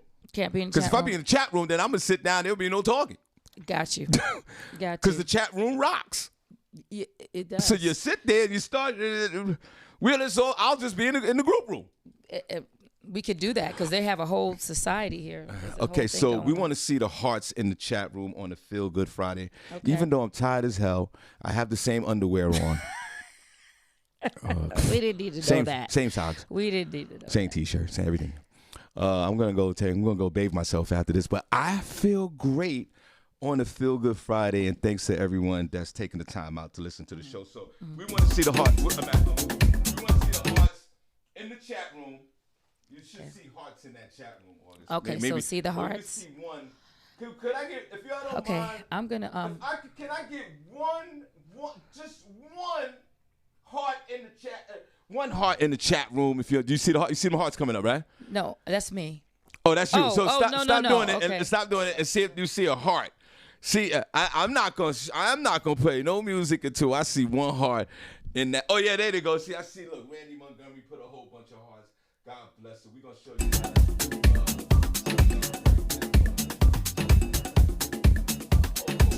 Okay. Hold on, he's getting it. Let me get it together. Oh. You see the heart? Oh, LaShawn. Hey, she put hearts. She's got purple hearts and things like that. Okay. You excited? Look at this. Vonetta George has flaming hearts. Hold on. Oh, no. Where the hearts at? In the chat room. Hey, where the hearts at? In the chat room. Hey, where the hearts at? In the chat room. Hey, where the hearts at? You can do it. Just look at that second camera right there. You see that camera in the middle? Right there. Yeah. All right. What am I doing? I'm gonna sing the song. You join in. Oh. Feel free to join in. It doesn't even matter. I was like this. No, the tense. I was just that moment. Okay, here we go. Loosen up your shoulders. You're gonna be fine. Breathe. It's all right. Give it to Jesus. Everything's gonna be fine. And we're gonna turn up and we're gonna show them some love. Okay? And they're ready. Keep those hearts going in the chat room, guys, if you don't mind. So here we go. We're gonna start over. August, we can do this. Let's go. You ready? Mm-hmm. I'm gonna start off. Where the hearts at? In the chat room. Hey, where the hearts at? In the chat room. Hey, where the hearts at? In the chat room. Hey, where the hearts at? In the chat room. Where the hearts at? Hey. Now, this is what I need you to do. Okay. You're still tense. Okay. You still, because you look, August, you like this. You like this. Where the hearts at? Okay. Like, there's a lot going on, and it's infiltrating my spirit over here. All right. Let's have a moment. And then we're gonna try it again and kind of like loosen up because you look like you're in parking violations right now, ready to fight your ticket. Take it easy. let's loosen up. Right. Okay, I paid it already.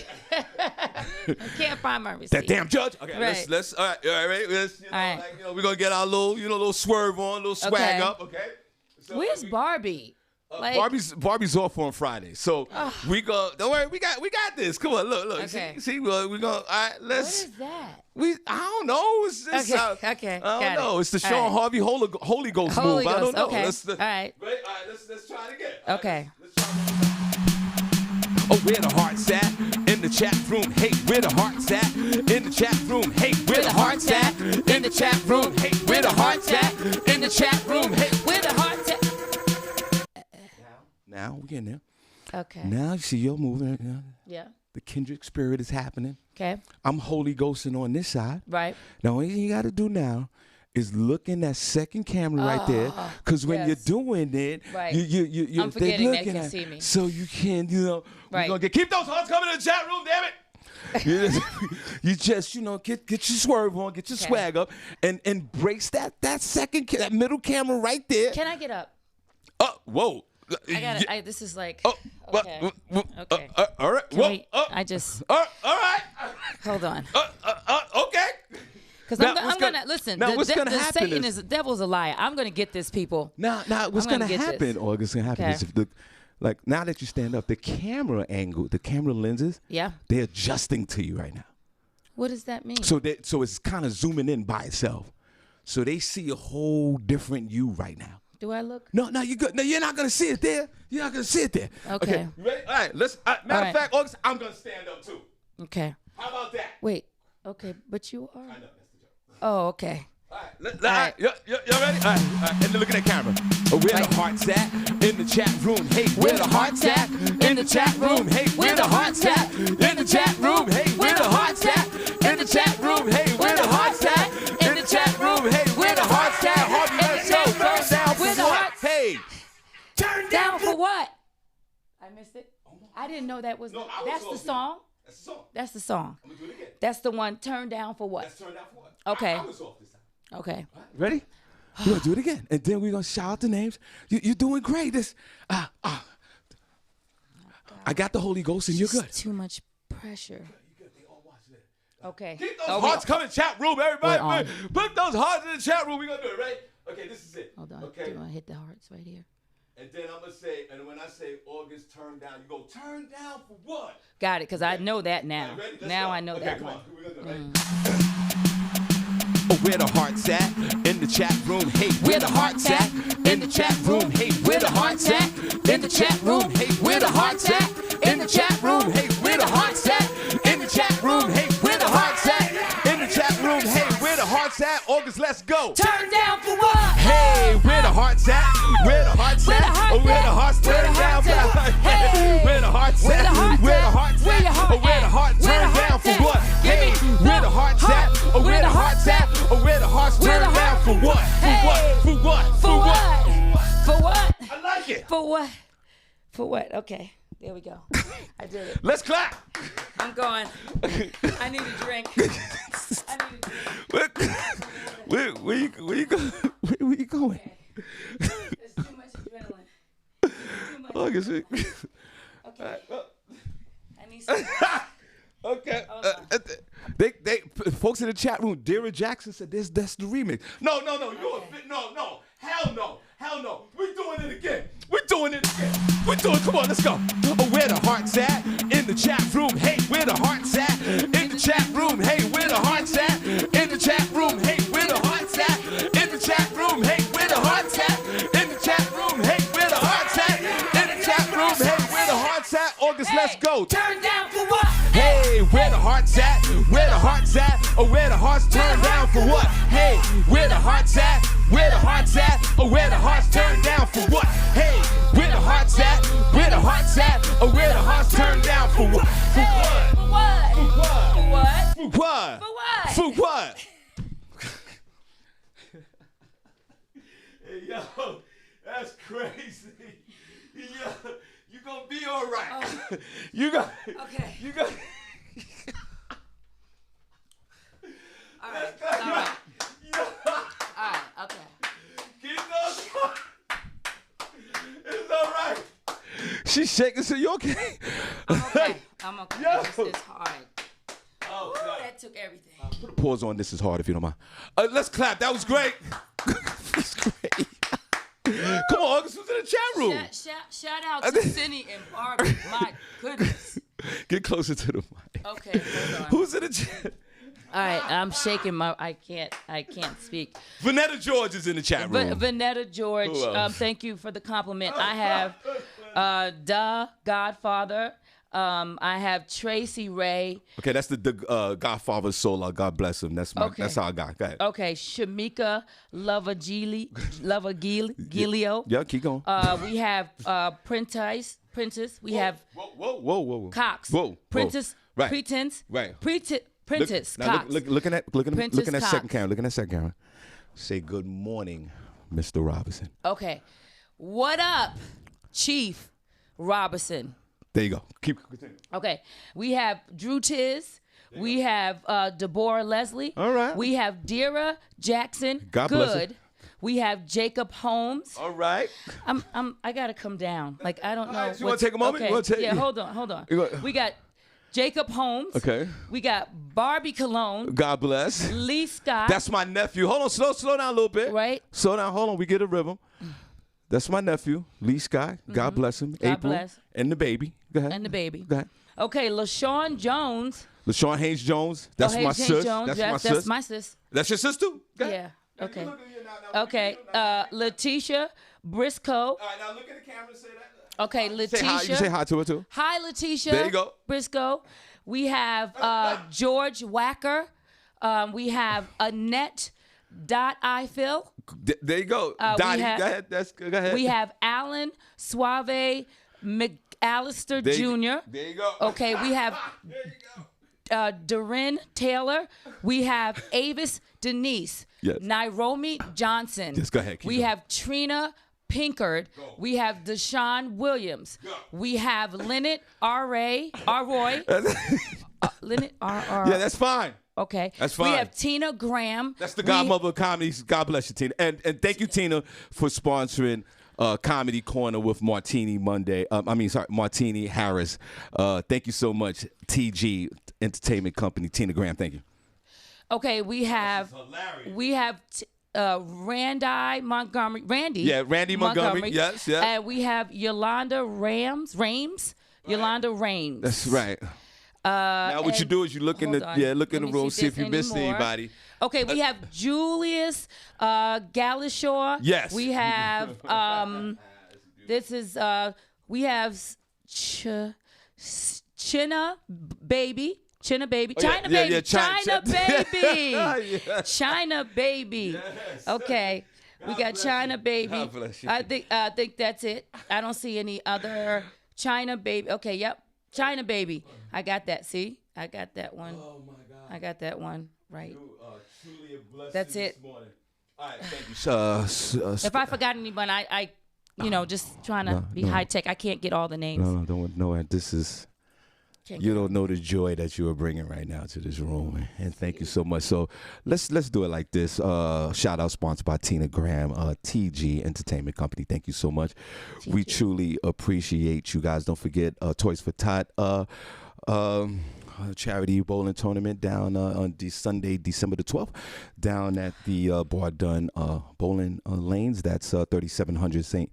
Nichols Street in Easton, Pennsylvania. Reach out to myself or LaShawn Oliver for ticket information. Come on, let's bowl. Let's have a good time for the Christmas season. Toys for Tots. I still have tickets that are moving fast for the King's Theater, Brooklyn, New York. I have a few left. That's the Saturday, December the 18th. Y'all come on out. We're going to be in Brooklyn. We have the big hip-hop concert, also comedy show, Nice and Smooth, Grand Poobah, Maxwell, Jeff Red, Roxanne Shante, and a few others performing. It's already halfway sold out. We're going for 3,000 people, and on the comedic side, you have Brooklyn Mike, Hamburger, the world famous, and myself, Shawn Harvey, hosted by Ray DeJean and Talent. So come on out. I have tickets still available for the 30 for 30. That's Saturday, December the 18th, King's Theater, Brooklyn. Also, we have the comedy show at the Iron Mill, December the 5th. Y'all come on out. Tony Bird's one of the headliners. A.G. White will be in the building, so y'all come on out. That's December the 5th. Also, Memorial Day weekend, we have the big comedy show, No Work Monday, and after party will be hosted by the one and only Jeff Red. So y'all come on out to the Iron Mill, 831 South Delaware Drive, Easton, Pennsylvania. So we truly appreciate y'all. We're going to take a 30-second break. We're going to do front page news, Senny J, and we are out of here. Let's go. It's okay, it's alright. I got something you gon' like. We gon' set your day on fire. Get your morning started right.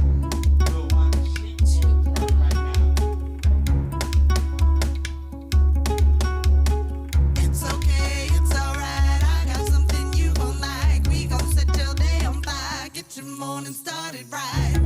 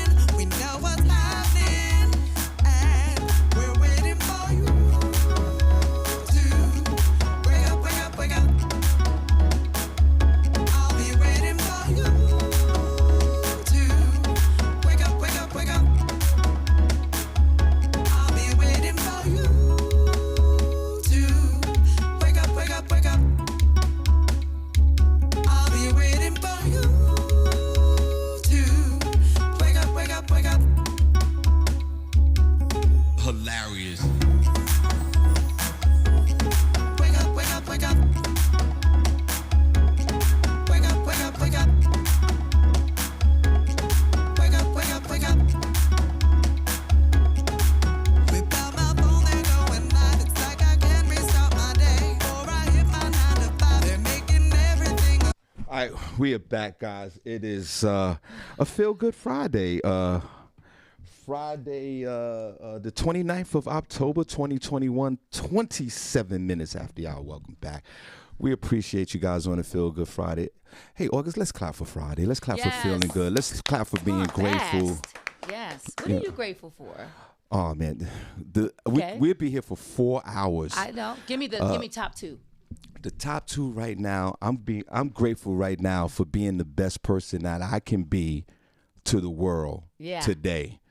Because the Shawn Harvey before caused so much havoc in this world. And today, to have a moment to reflect on being the person that I am today is so gratifying, because I'm out here helping folks unconditionally, and I get that same love back. So I am truly grateful for that. What are you grateful for right now? I'm grateful for life. I didn't have to be here. I didn't do all the crack cocaine and heroin that you did, but I did some bad things, and I cheated, lied, stole, did some stuff, and just was living reckless at one time. And actually, I should have been dead a long time ago. But by the grace of God, by the mercy of God, I am here. So, although I wasn't, I guess you said you were kind of sleeping around. You had a lifestyle before. Yeah, I was homeless twice too. And homeless, and you used to run on the highways and stuff. God protected you. What's so funny? God protected you. Saying it. God protected you through all of that, and you're here. I'm just grateful that you can actually see me and not view me. Yes. This is not a funeral. You know, this, sure. I'm just grateful to be alive and be healthy, right? And be in my right mind. That is awesome. That's awesome. Thank you so much for sharing. I appreciate you. What is this? We're going to do front page news with Senny J. So now the stress is going to you have a whoosah moment, be fine. All right, let's go. Front page news, y'all, with Senny J. Hey, front page news. Y, S to the E, double N-Y. And you can't deny, ha, she got the front page news, y'all. Got the facts, y'all. She's not the whack, y'all. That's Senny J. Hey, S to the E, double N-Y. And she always looking fine, and she don't even try. That's Senny J. She got the front page news, y'all. S to the E, double N-Y. And you can't deny she got the front page news, y'all. She got the front page news, y'all. He is flawless with that. If you guys can hear it live, it's like I'm listening to a record. His tone, everything. That is, you have another calling. Well, guess what, guys? Facebook has officially changed their name. We are now in the metaverse. Sounds like something out of a Marvel movie, sci-fi thing. Well, Facebook has changed its name. It's the Meta Reboot. And the whole time I think it's funny how Mark Zuckerberg throwing shade, having us all in his business about other business at the same time he was changing business. He's at the White House. He's doing stuff, they bringing him up. He goes to the meetings. He's in interviews. He's being busted for people, leaking documents. And the whole time he ain't studying nobody. He's got he's like, we're not even going to be in that universe anyway. Y'all can convict me there. I'm going to be over here. I love it. Well, today is it. He went live yesterday. And the caption of this says, Yahoo News says, do we really want to live in Mark Zuckerberg's metaverse? Who really wants to live? But it says that it's here. It's happening. The Meta platforms, the presentation on Thursday, it says Zuck announced the corporate name change. He pitched the metaverse before, and he says that it is a game changer in this future. I love how he says not the future, but we already in the future. So people, we got to watch out. All right. In this future, you will be able to teleport instantly as a hologram to be at the office without a commute, at a concert with friends, or in your is this the book of Revelation? I don't know what's happening. Well, we're now living in a whole new.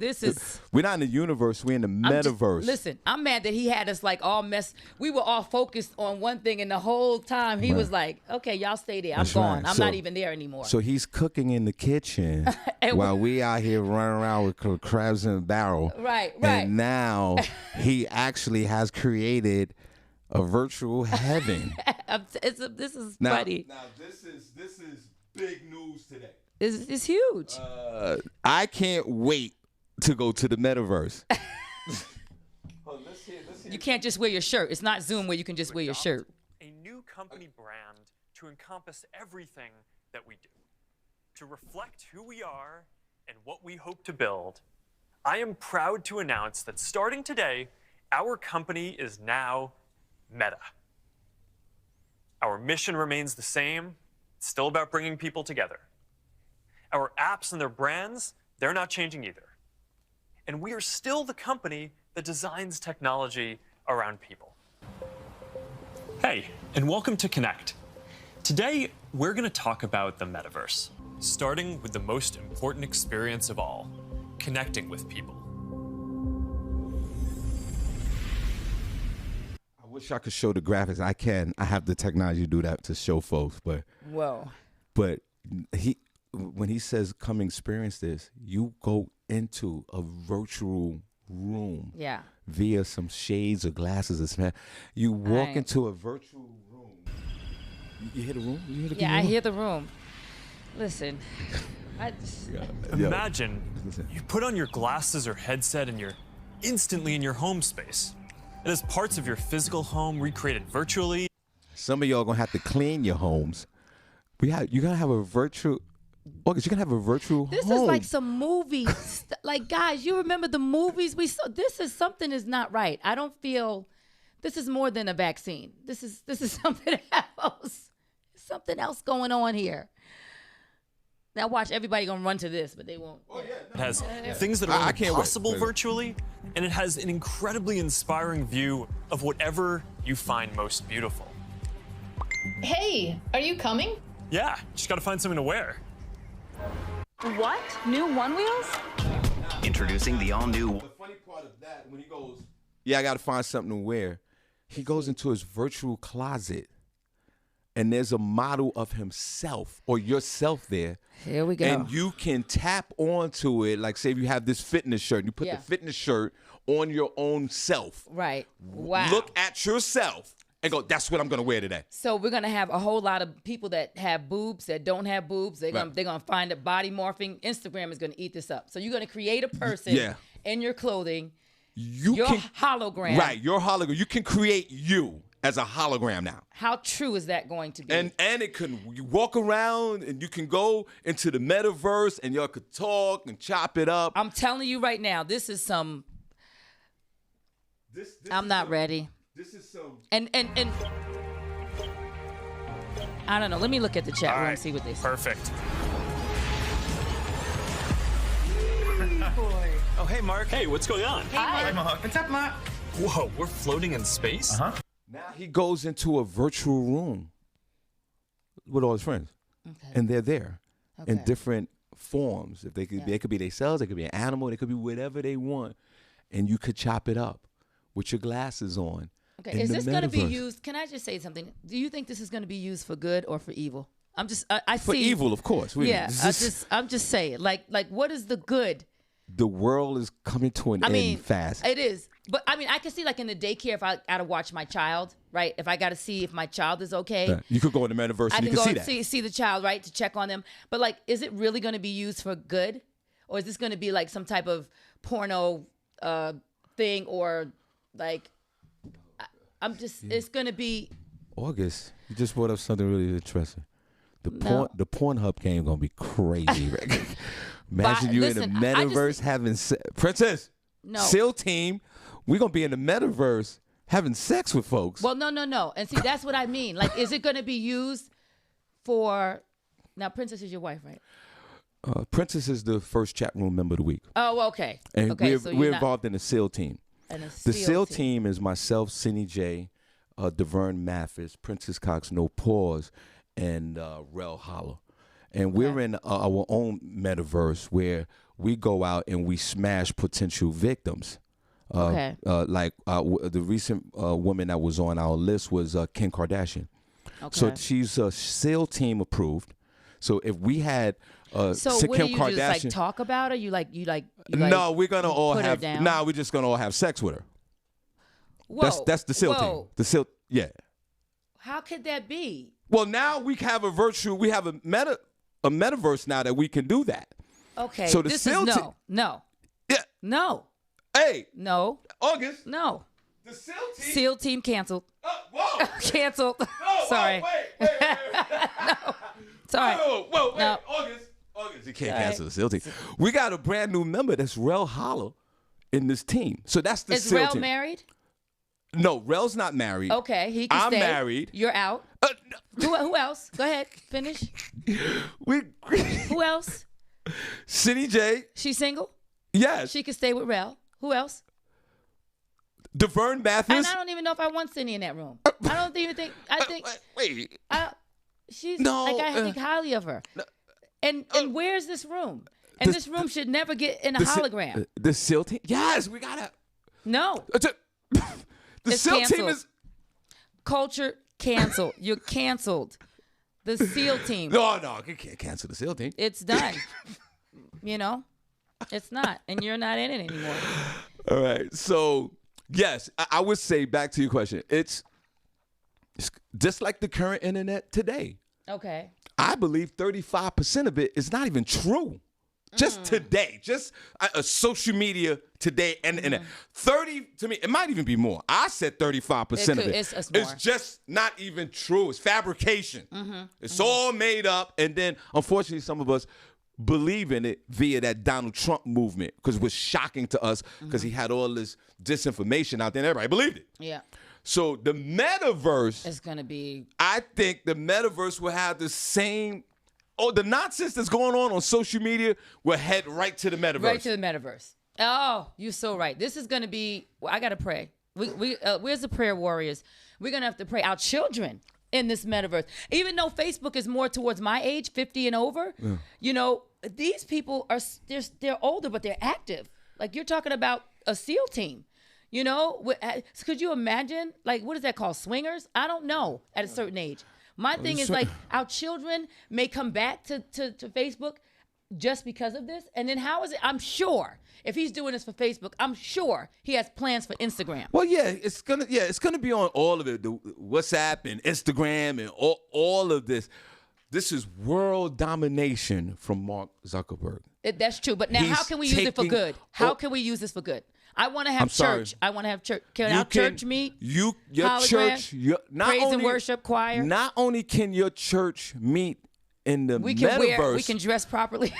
I'm gonna give you a bonus one. You can have your own heaven. That's.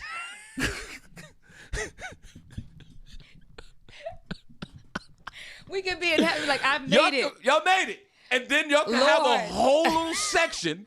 So when y'all pass away, section. Right there in the middle. You know how like on Facebook when you die and they say in memorance or memorandum or something. None of that. You're right. Your punk ass is gonna be right in the heaven metaverse. Listen. And you can go on up there and check on your folks. Wow. This is and listen, No, really. How do you say pause? Listen. Pause. Okay, pause. Okay. We need the people right now. Get some stock. Anything related to this or outside the scope of this, ask God to give you witty inventions or stocks and put your money in it. It's probably too late. People probably already know, but think about something like funeral homes. They already they're in their best, living their best lives. But now they're going to be doing this hologram funeral thing. You know, Perry's funeral home. Put your money on him. You know, whatever. I think now we're in a situation where we literally can live forever. Once the metaverse is they get that thing. Does my husband get title to that if in a divorce? Like or if I die, does my husband get to have all my rooms? In your metaverse. And my metaverse. Right. So that's a legal question now. Oh my goodness. We bring up some very interesting topics with this. There's a legal issue with the metaverse. Who owns it? You own your space. Right. Something happened to you. Do I bequeath it? I don't know. You can play baseball in the metaverse. you can have a club Medi. Like it's okay. This is you can literally have a girls' trip in the metaverse. Yo, Mark Zuckerberg is the living god of social media right now. I just think it's funny how he ghosted everyone. Like we were so focused on everything else, and he was creating something bigger. Not only that, we were so focused, especially we're so focused that he was letting disinformation out there. He's up there creating something that's how you got to move in this season. Harvey, that's how you got to move in this season. Yeah. You gotta be 7 steps in front of everybody. And then be creative. And everyone was on the movement of canceling Facebook. And he's like, I'm sure. He's like, did you notice how he wasn't even worried when that woman came out with the documents? He was like, sure, y'all can get rid of Facebook because Right, I'm gonna hit here. you with something else because I got something I'm cooking not in the here. kitchen. And what he did, he said, you know what? We're gonna go to the metaverse. We're going to go above you, above Facebook, where you can't touch us. And I want to see you regulate that. You can't regulate it. Woo! You can't regulate If you can't regulate the universe, how you going to regulate the metaverse? Yeah. And you know what? China sent a rocket around the world to test out something.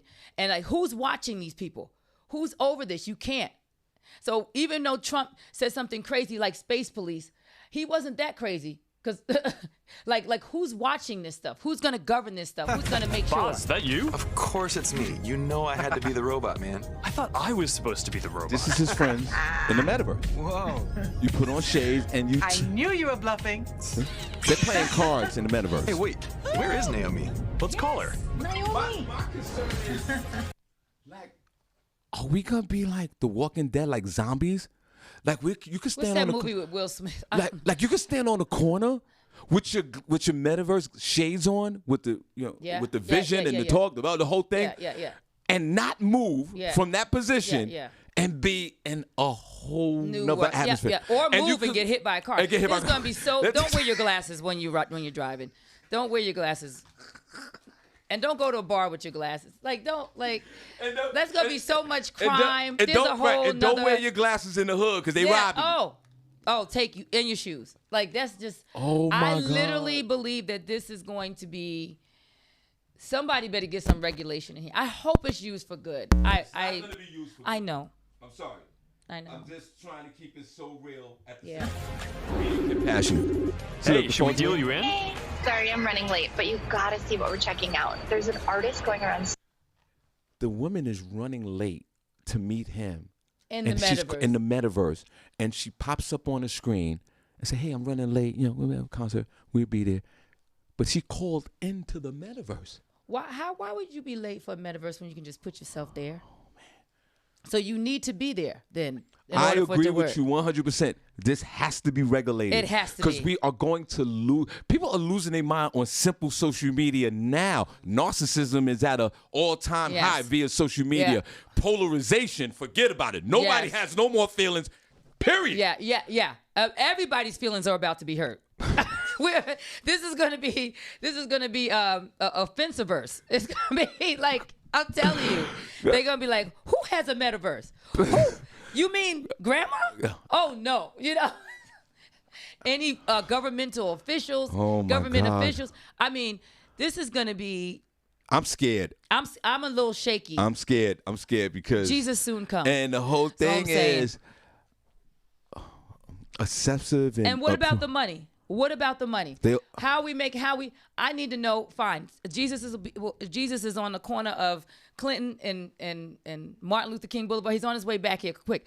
I just want to know, how can we monetize it so that we can get this transference of wealth on the metaverse. On the metaverse. So I figure like what they'll do, I'm just throwing this out, they'll probably charge us $1.99 or whatever, $3, whatever, extra. Yeah. To be in the metaverse. So it was free. Facebook was free, but you're going to pay to be in the meta. But it's Facebook free. I mean, it's packaged in our bill. Yeah. You got to pay the bill to get on Facebook, right? Yeah. Somebody right now, go ahead and trademark Meta Money. You better do it right now. That's all trade. Oh, they go. It's already done. That's trade. When he made that announcement, this was done years ago. And then with these big mega corporations, the trademarks accelerate quick other than waiting 6 or 7 or a year for your trademark. And then I think like the corporate folks, you have like, let's just say Bank of America have a branch in the metaverse where you can go to the ATM. Now remember this, August. Meta money, I'm telling you. You're in your house. You're laying in a bed. Certain kind of money, yeah. Your physical body is just laying down. Yeah. And you're in a whole nother verse, a metaverse. Yeah. All day. And all day people thought gonna get gaming. People thought gaming was a issue. Imagine people not moving. He's saying this is to bring people together to shorten the divide, but it's going to drive us further apart from taking care of ourselves and having healthy relationships. They will have workout centers in the metaverse. But you're not working. No. See, but this is evil. They shouldn't even start it. So you're 300 pounds on Earth, but you're slim 185 in the metaverse. Doing burpees. Right. Doing jumping jacks and crunches. Well, listen. Thank you so much. Guys, I hope you all enjoyed that story and Feel Good Friday. Let's clap some. I don't feel good. Boo. I'm scared. Yeah. The hood dude's going to be smoking hookah in the metaverse. What can we? I just want us to really. What can we do to make it positive? And how can we, as people, as any people, how can, especially the minorities, how can we, like, okay, so since they're going to use us and somehow we're going to be the consumers of this, I'm sure. How can we actually make it work for us? So if you bomb in the metaverse, you still have another level to go. Like, I'm gonna dumb it down a little bit even further than that. Okay. Wait for the first murder in the metaverse. Wow. Wow. They gonna shoot him. Wow. Somebody gonna get shot in the metaverse. And then there's got to be a judge, and then there's got to be a court. Right. We have Judge Shields to be in the metaverse. Yeah, right. Yes. Yeah. She's like, okay, y'all don't want me down here. Guess where I'm going. Okay. All right. My so God. August. This is. We're going to close out with that. August Williams, I appreciate you. Thank you so much for stopping by. I hope you enjoyed yourself today. We're going to leave you with the word. Where can they find you? And look, you can look in that. Okay. You can look right there. Please, if you don't mind, give them all your social media, the things that you do for the community and your business, if you don't mind. And then we're going to close out the show, guys. Well, everyone, August Smith Williams, you can find me basically by Fitness by August overall. Well, I'll join the metaverse soon, okay? You can find me across all social media as Fitness by August. You can go to my website, www.fitnessbyaugust.fit. Please, take care of yourself. Feel Good Friday. Feeling good has to start from the inside out, all right? Do something. Eat a green. Do something to take care of yourself today. Do 10 minutes of a workout, something, all right? And also, remember, health is wealth, all right? Peace. Well, thank you so much. August, look, and I have my drink, and I'm almost done with it, and I appreciate you so much. So, guys, that's Shawn Harvey on Facebook, me and Shawn Harvey on Facebook, Harv Funny on Instagram. You can follow Senny J and Barbi Cologne as well. So we appreciate you guys so much. So what we'll do is we'll hang out in the group room for the rest of the day, and then you guys have a safe and blessed weekend, and we see you guys on Monday. August, if you mind, you see that third camera all the way over there? Okay, let's wave at them. Let's wave at the folks. All right, guys. Thank you guys for your support today. Right, we appreciate you guys.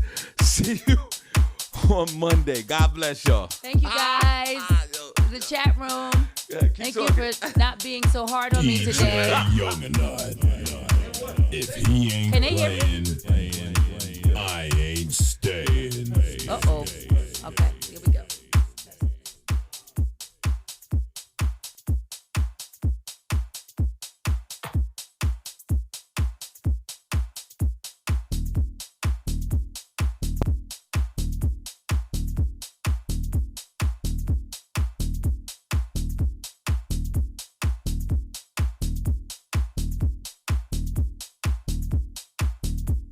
It's Shawn Harvey featuring Senny J along with our co-host Barbi Cologne on Comedy World Net Radio.